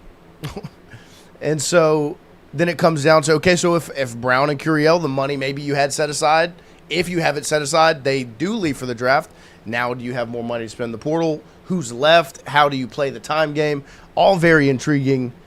I always just come back to, I trust the guy in the number 2 jersey. Right. That's what it all comes down to. I do agree with Jason. Like, if Stephen Milam decides to come back from a lineup perspective, from your starting 9 out in the field, I think you look pretty good. Yeah. Like, Aaron Beatty, Cerna, Braun were all great last year. Dawson Park is a big get. Bino Waters is obviously phenomenal. I'm fine putting Jack Ruckert at second. Good bat-to-ball skills, doesn't strike out a lot. I think he takes a jump in average, and then whoever you find in the outfield is fine. The biggest thing for the 2027 team going forward is the development of the 3 starting pitchers. Oh, and you can say everybody. The pitching in general. The pitching, right? Like Kason Evans, William Schmidt, Cooper Moore. Those are the 3 guys that are going to decide how good you're going to be in 2027.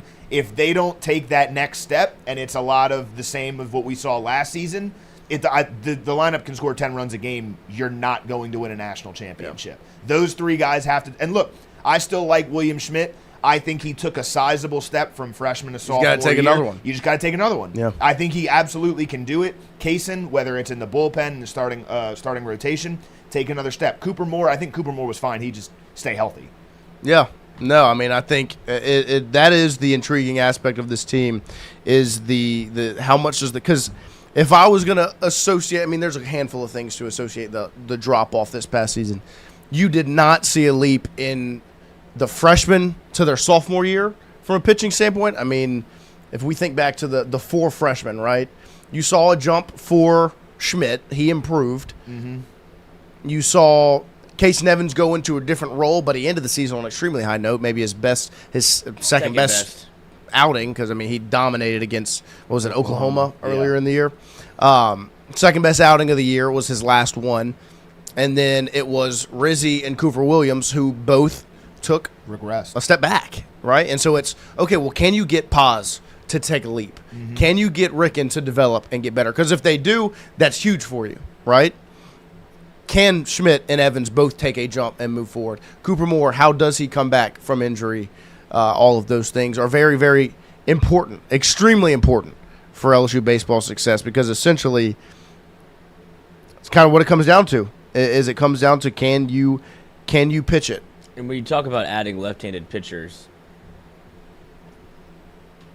Lockenmeyer, Cooper Williams, Santi Garcia, Plog are all still on the roster. Right. Yeah. No, you're not completely empty at Well, people are just like, you have to add pitching. You have to add left-handed. Like you have 4, there's 5 on the roster. Yeah. Right. It depends on what the draft does, but I do think that those are guys that obviously people aren't thrilled with what they saw from some of those guys, but it's not like you have a lack of arms. They're just, if they haven't hit the portal or if they haven't been told to hit the portal, they're going to be on your team. Yeah.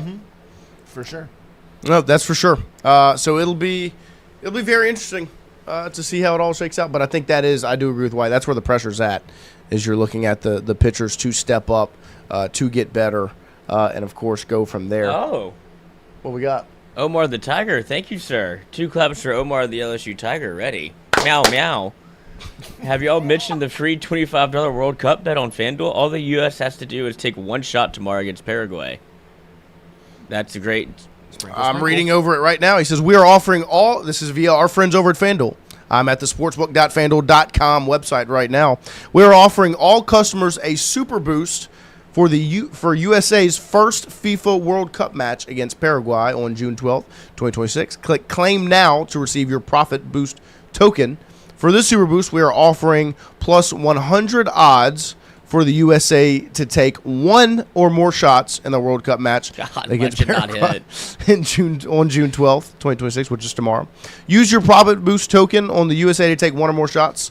Mark it and get your wager boosted to plus 100 odds. There's a max wager of $25 associated with this super boost. Payouts from profit boost tokens include boosted winnings and the initial stake. So it is right now the odds without the token are minus 10,000 for USA to record one plus shot.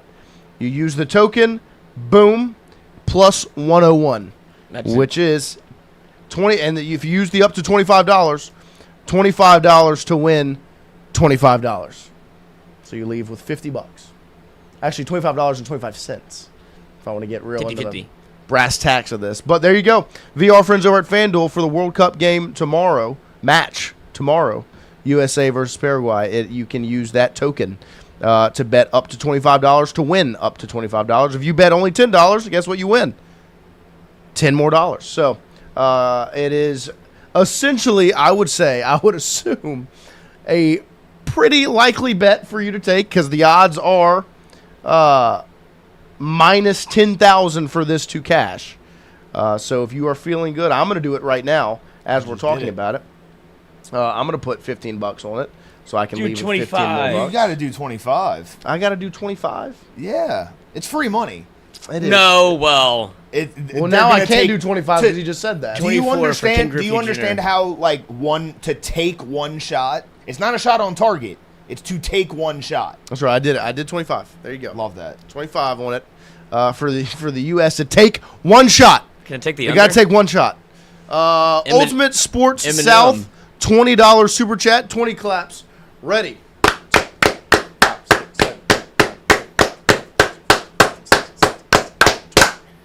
I'm going to need some World Cup content next Friday, Wyatt. Y'all will be live when I'm heading to the stadium at 9 to 10 a.m. Central.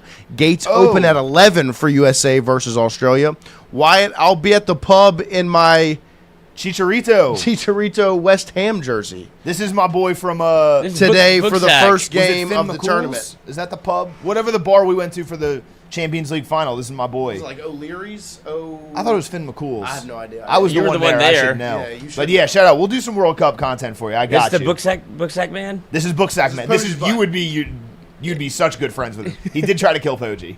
Yeah, well, that can happen. That's okay, though. That's okay. I've had my fair share of run-ins with people that I think you want to do what I'm doing until you do what I'm doing. He was doing what you're doing. That's what I'm saying. But we welcome all comers. Of course. That are like, I want some of that. It's like, sure. Are you sure? Yes, I do that all the time. Yeah. He told Poggi to kick him in the nuts, and my God, did it. And see, I'm at the point, if I were told that, it depends on what it is. It'd be like, I'm good. Yeah, if you say that to me, I'm like, no, never mind. If somebody like me tells you that, then you probably shouldn't do it. I agree. That's what I told Poggi. It's one thing if someone says, hey, that thing's going to kick you in the nuts. It's another thing for a guy who's got a book sack and a handle of vodka that he pulled out of it to say, oh, that's going to kick you. No, that's going to fucking... Not just that. Like, if they say that, or if they go, if they ever say, if anyone ever says, are you sure? Mm-hmm. You're not sure. You're not sure. I promise Don't be sure. You are not sure. You learn it when you're... That is so true. It's like say you're playing blackjack, and that you got the dealer at the table, and you say hit, and they go, are you sure? Always say, nope, stand. Because what that means is the dealer's helping you out. Yeah. They don't care if they win or lose. No. The dealer. It's not their money. No, they're helping you. Yeah. So if they say, sure, are you sure? Actually, no, I'm not. Stand. Yeah, and they're like, look at this drunk fuck. That's like, absolutely. Oh, yeah, I'm sure. Double. Fuck you. I told you. But that's just a life lesson. If someone... I got you. If someone tells you, are you sure? You're not sure. Really think about it. You're not sure. Really think Double about check. Think about it. Look at Tucker right there in the corner. Do you want communion?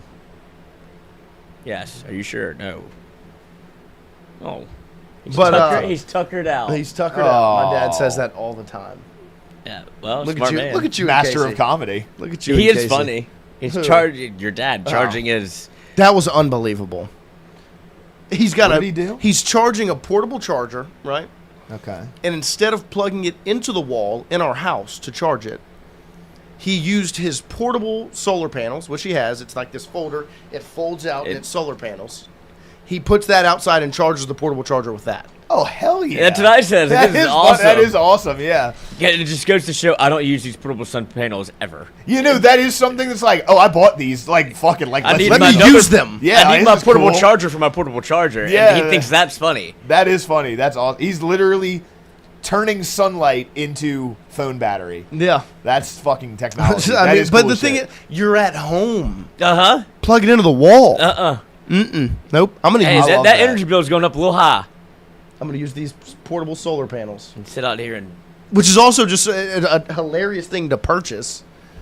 Portable solar panels. I mean, what else can you? I think it's hilarious to purchase It's Anchor. The brand is Anchor. He's a big Anchor fan. Anker. He gets portable that's not how you chargers spell and it. outlets and all these things from the brand Anchor. Interesting. And I think it's hilarious to use it at home. That is the part that's Yes. because like there is certain situations where like you could come in be in handy. a pickle and it could come I in understand handy. why he owns it.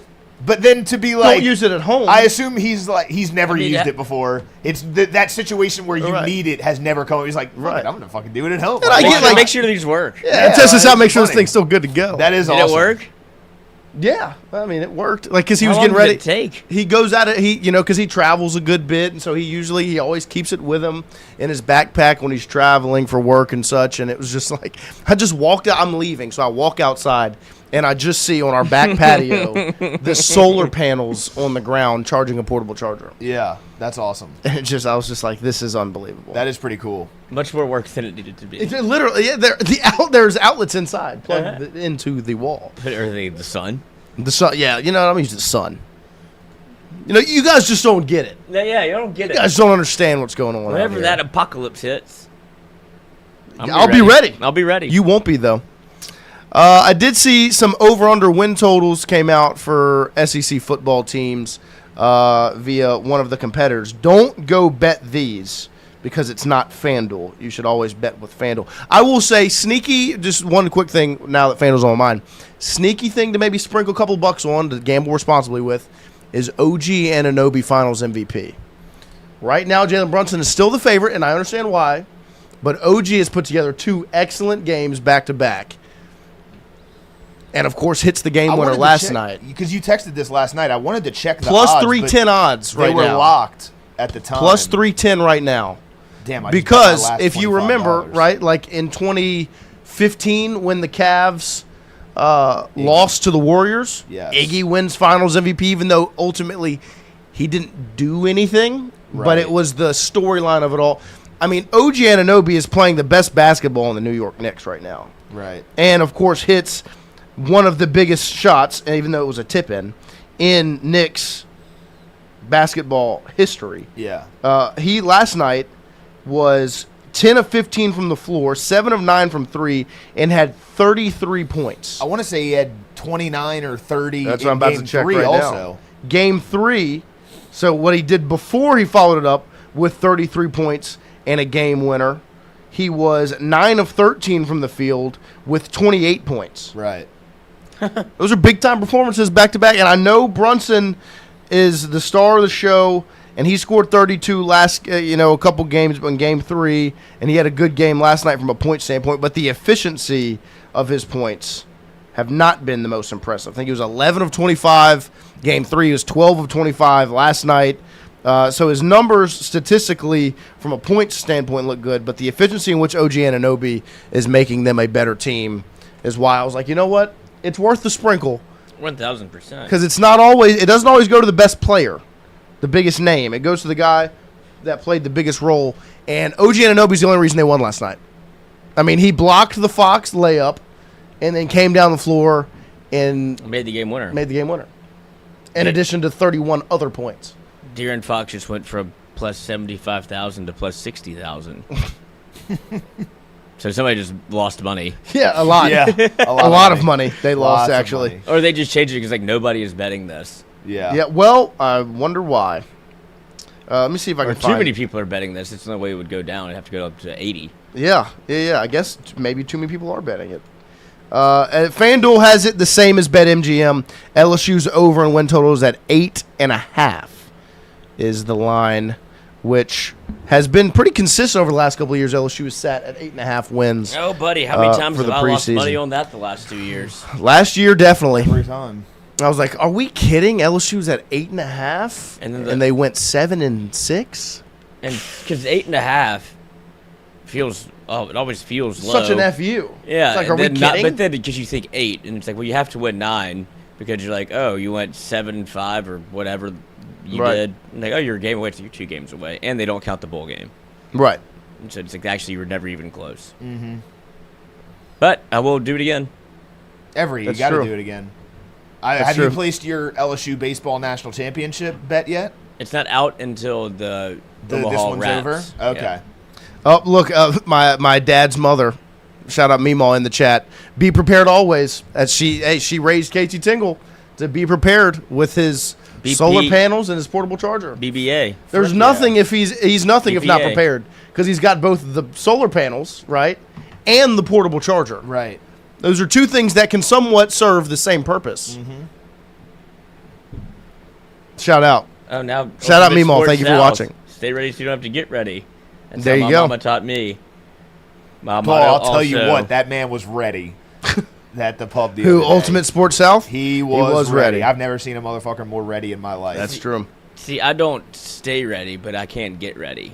No, you get ready quite easily. It's not a chore for you. Did you see this picture Jason just sent us? He AI'd a tattoo of your face. I gotta show this to the camera. That's gonna wake Tucker up. Sorry, buddy. You're good. He was sleeping on top of the tennis ball. I know. He was using it as a pillow. Oh my gosh. Oh, that's horrible. That's awesome. It's almost worse that he got like a professional picture of Lloyd. Yeah, that's great. Like a headshot. That's awesome. That is hilarious. It does look very Joe Dirt. Look at you. You do have a look about you. Yeah, thank you. That would be awesome. That would be impressive. Now I do want Milam to stay as much as I want that to happen. It's a win-win. Either like Yeah. it's a win-win for you. Because I would have.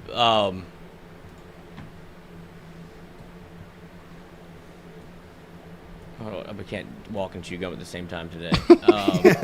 I'm real fired up for my Retta. It came in yesterday. Oh my gosh. Oh my lord. Lloyd, I support you. If you want to do peptides, you can. Free will. Retta is not the one you need. Well, we'll find out together. You already have a suppressed appetite just in life. Because I thought you should get this tattoo. Yeah, that is a good tattoo. Yeah. Either way. That you know what that face says to me?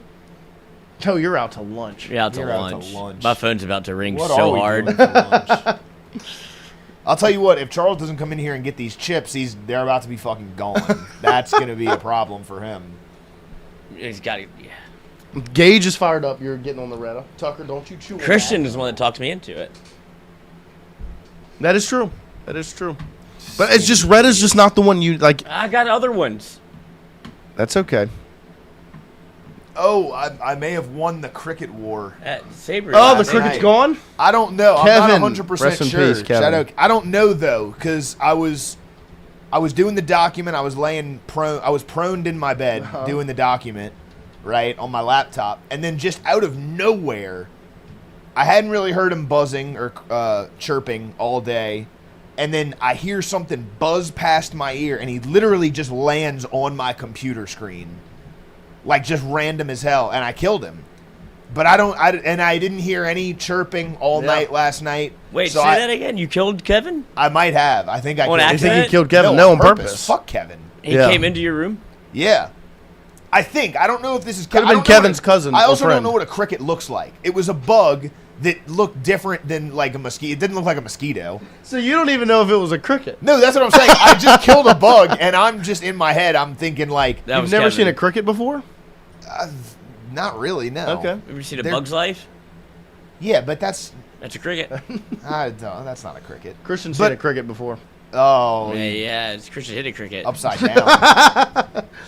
But it just flew past my ear onto my computer screen. I think he was like buzzing the tower. Yeah, no, I think he was surrendering. I think he was waving the white flag. He was like, we had a good run. We had a good run. I had you there for a couple nights, but I secede from this war. Yeah. With murder? How long do they live? I have no idea. Not very long. Not Kevin. Not Kevin. Kevin got. There you go. See, I don't know. Is that what he looked like? Yeah, but he was black. Black cricket. Yeah, I don't know if that's a thing. There are black crickets. There are plenty of... The Grillus.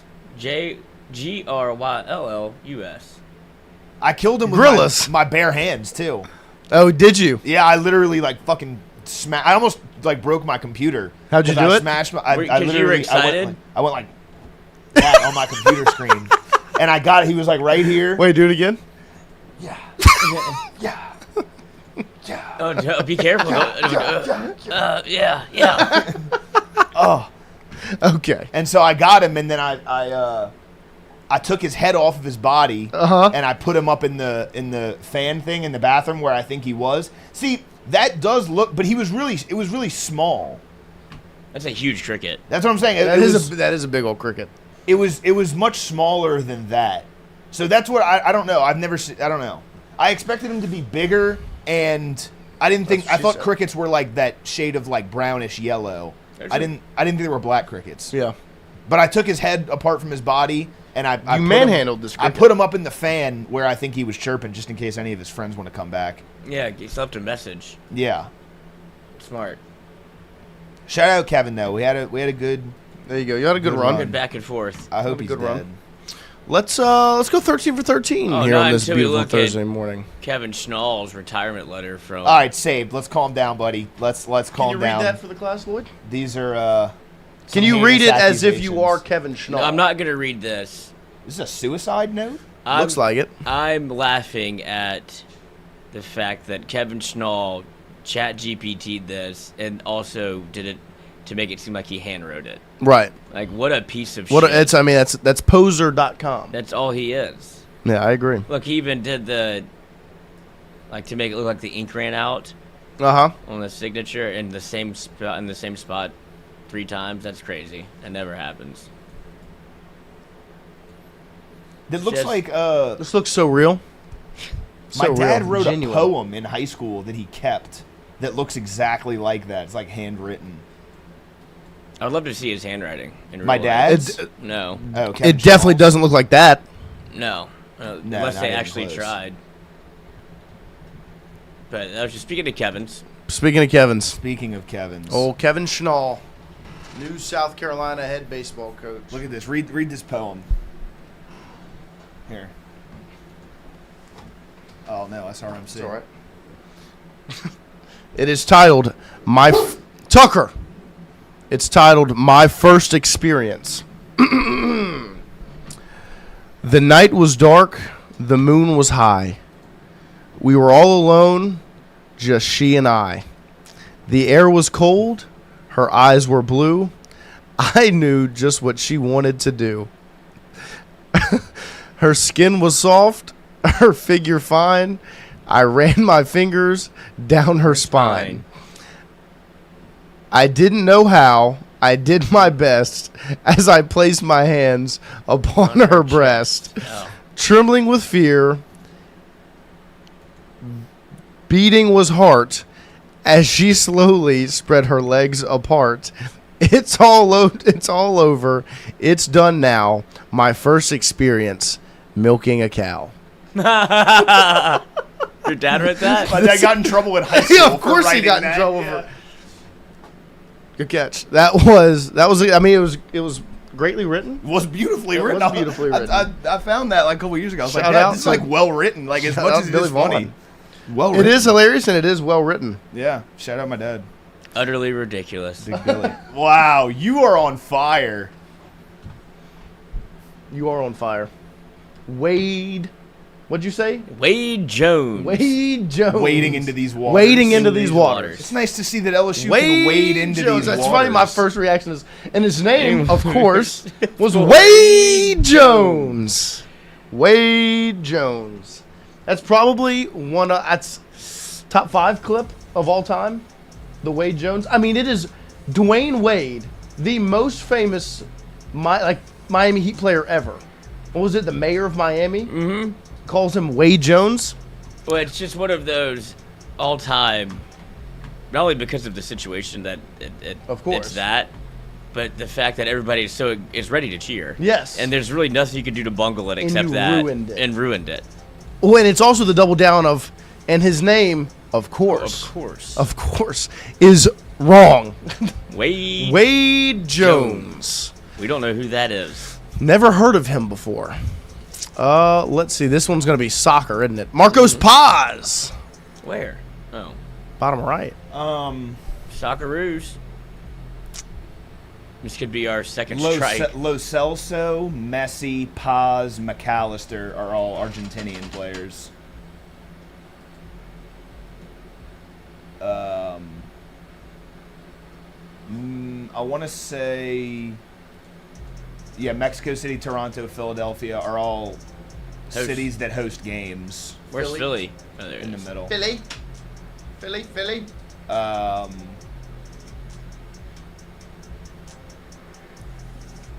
Le Elephants, 3. Yeah.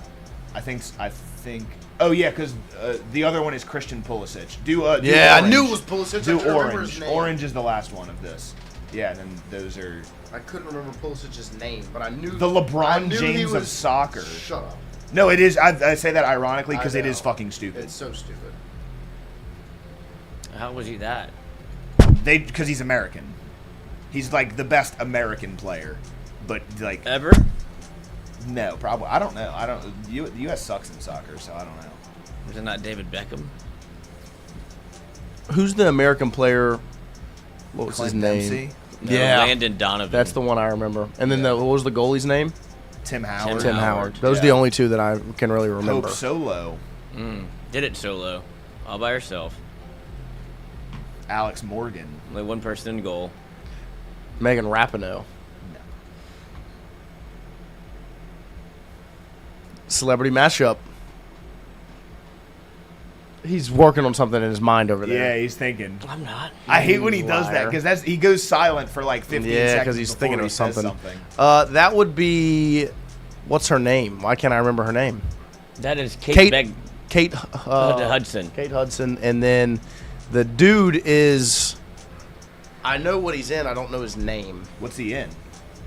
He's Magneto in the new X-Men's. Not the old. Not the old Magneto. Was he Steve Jobs? Yeah, he was Steve Jobs. And he was the. I know this man. I just don't know his name. Michael Fassbender. That's That what is it his is. name. Bow. Hey Tucker. Hey, sit down. Sit down. When do we get to decide that bringing Tucker's a bad idea? It's not a bad idea. He's been fine today. Distracting. Could it be? I think this is before Tariq Cohen. That was the first one that popped into my mind was Tariq Cohen. But is this? I feel like this is exactly the time of Tariq Cohen. Is it? That's what I feel like. Because this is the one I thought of, but I want to say Tariq Cohen played for the Bears after 2020 also. He went back after he tore his ACL or his Achilles in a celebrity game or something, like working out. Yeah. Tariq Cohen, I feel like I remember 2018 Tariq Cohen. This is Tariq Cohen. It's after. It's before. Yeah.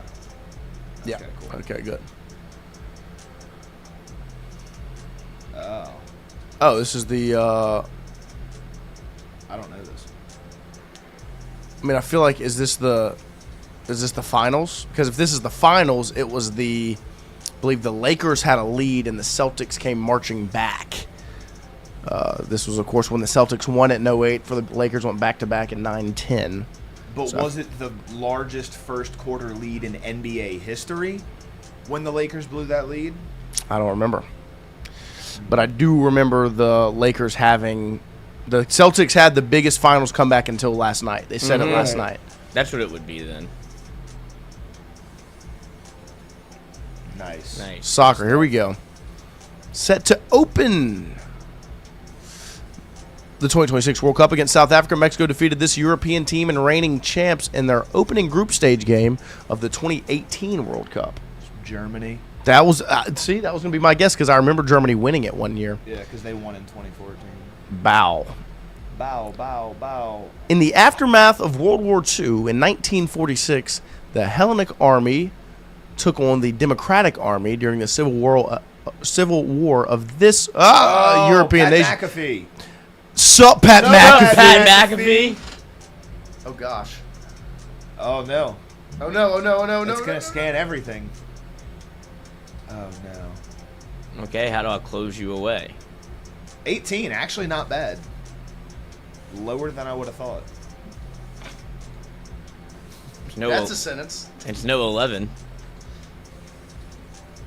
Oh, well, no, that's not what I thought. Oh no. You guys have disgusting minds. Tucker, you would never think something like that. What are you thinking I'm thinking? Well, it doesn't matter for him because he's what? He's just over 2? He's 14. Oh, so he's like 15, dude. You gotta. Never mind.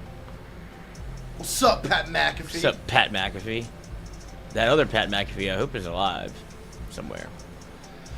The real McAfee. Don't type this in, but my guess here would be Greece. But I have no earthly idea. In the aftermath of World War II in 1946, the Hellenic Army took on the Democratic Army during the Civil War of this European nation.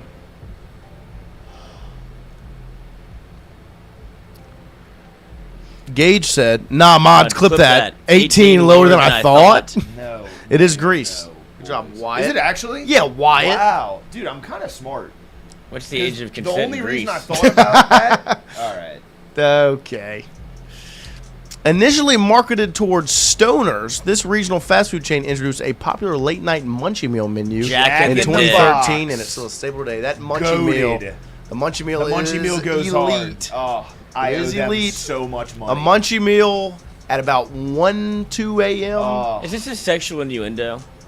what? Jack in the Box? I don't think so. It is to you. It can be to anybody. Now that you think about it. Nope. Are these the girls I saw last night courtside? What is this? Candace Cameron, Bureau, Jody Sweet, and Andre We're starting this next one. This would be Fuller House. Interesting. They of course I knew were I- in. They were of course were in Full House, but then the I knew sequel was those Fuller names. House. Yeah. Starring alongside Julie Roberts, Tom Hanks played a congressman. This 2007 biographical dramedy directed by Mike Nichols. I don't remember this.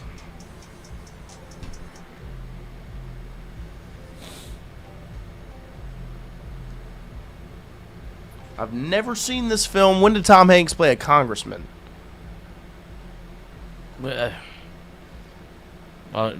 Also asking, answering Wyatt's question. Oh, 18. Prefer it lower than that. Who said that? You did. No, I did not.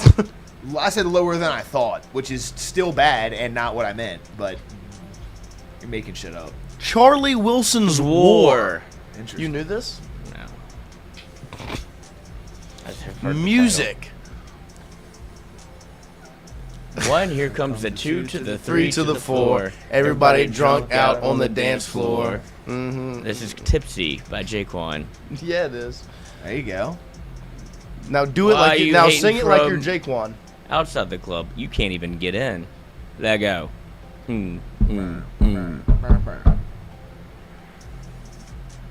you gonna One, put it in? here comes the 2 to the 3 to the 4. 4.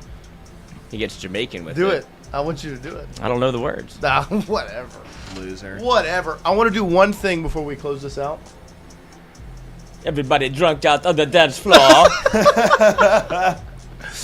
Type into Google Okay. 32 and 0. 32-0. 32-0. And it should be the first website that comes up. Oh, what about You thought darkness was your Owen. But 32 and 0 is the latest rendition of the 82 and 0, 17 and 0, all the things. But this one is maybe the best one because it takes you through a season.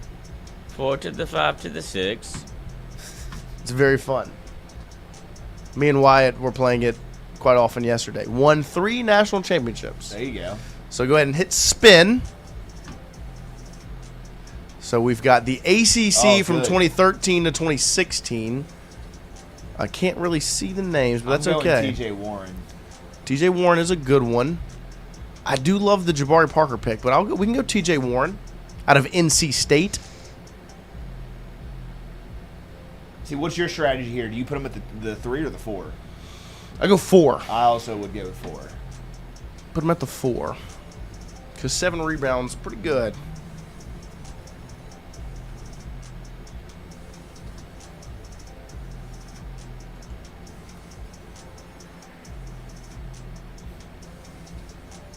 What are you looking up over there? Oh. What is that TJ little Warren? wry smile? Who did you want to draft? TJ Warren. Oh, nice. Is the pick. And then you just go up to the top and you put him at power forward.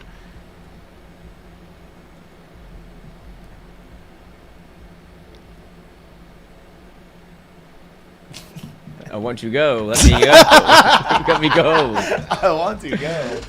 Let me go to the island. I want you to go to the top. Let me go. There it is. There you go. Bow. Power forward. At the 4. Oh, no. Oh, gosh. Now what? Okay, okay. Is this us again? Is this the? No, you got. And now you spin again. Oh, Ivy fuck. League 2017, 2020. That's okay. Oh, you gotta have New York Knicks point guard Glenn Sanity.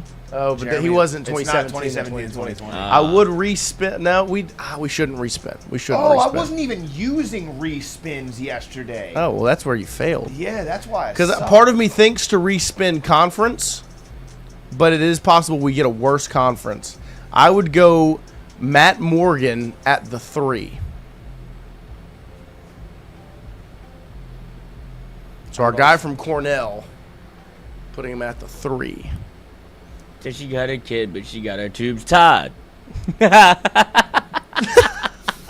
always love these lyrics are unbelievable. Is that what you looked up? Yeah. The lyrics to that song? Uh-huh.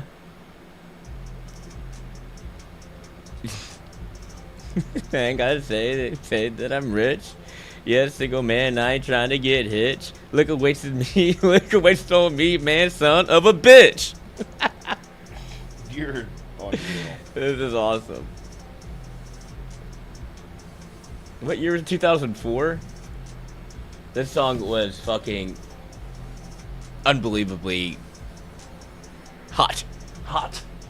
Hot, hot, hot. Number hot, one. hot, It was number one on the rap charts. Nice. Number 2 on the Billboard Hot 100. It was everywhere. Tipsy. That was a good song. I got a fake Adito. Who do you want on this team? Matt Morgan. Matt Morgan. We're gonna put You him. would go with the 3 here? Uh-huh. Okay, interesting. Which is the sour forward.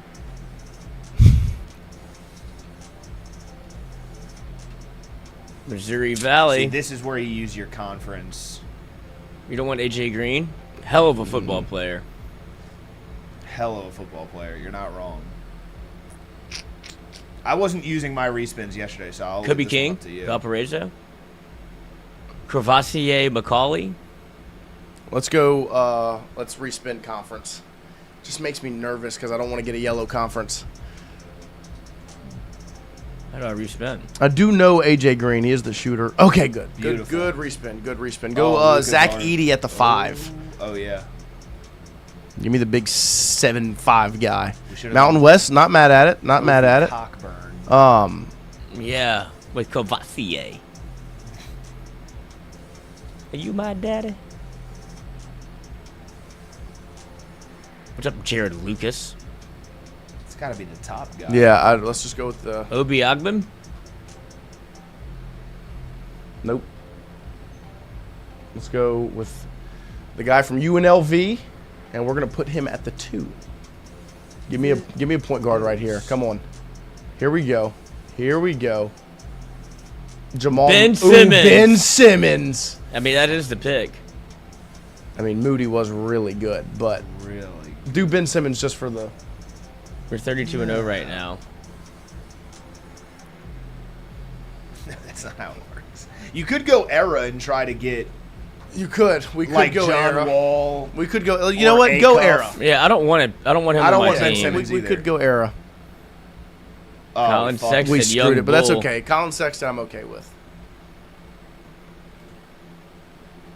28-4, the championship favorites. Well, Colin Simmons was an A pick. And then if you No, the conference scroll grade is Colin an A. Simmons, if you scroll down, it should let you go to the tournament, and then it'll play you through every game of the tournament. Will it? It will.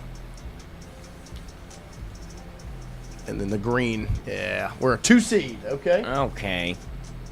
Round number 1 against Troy, got a W. Yeah, see, this is the part of it that's cool. We're about to lose. Yep. We got next TCU. Get that's a dub. spanked. That's a dub. Get spanked. killed. Here we go. Matched up with no. Oregon. Oh, Tightly contested. Got the lovely. win. Come Got the on. win. Final 4. Here we come. Indiana. Let's go. Oh, Let's yeah. go. Let's go. National We're gonna lose championship. this one. oh, Dang it. damn Lost by it, Tucker. 4 in the net. That's your fault. That is Tucker's fault. Bad dog. Hey, don't let him talk to you. Oh, I should probably be quiet. Sit. Christian Cowie. Christian Callie in the chat. When do you Is come he? home, Christian? Yeah, I thought he was coming home. I thought he was going to be here today. Yeah. I thought he was back last night. Christian, when do you get back? Huh, Chrissy? Here, Chrissy.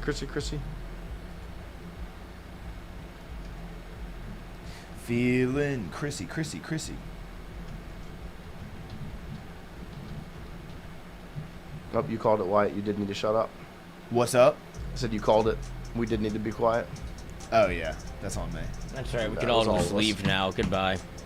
We appreciate you guys. We'll be back tomorrow morning, 8 a.m. That those consultants are saying bad things about us. You should probably move that podcast out of there. You get fucked.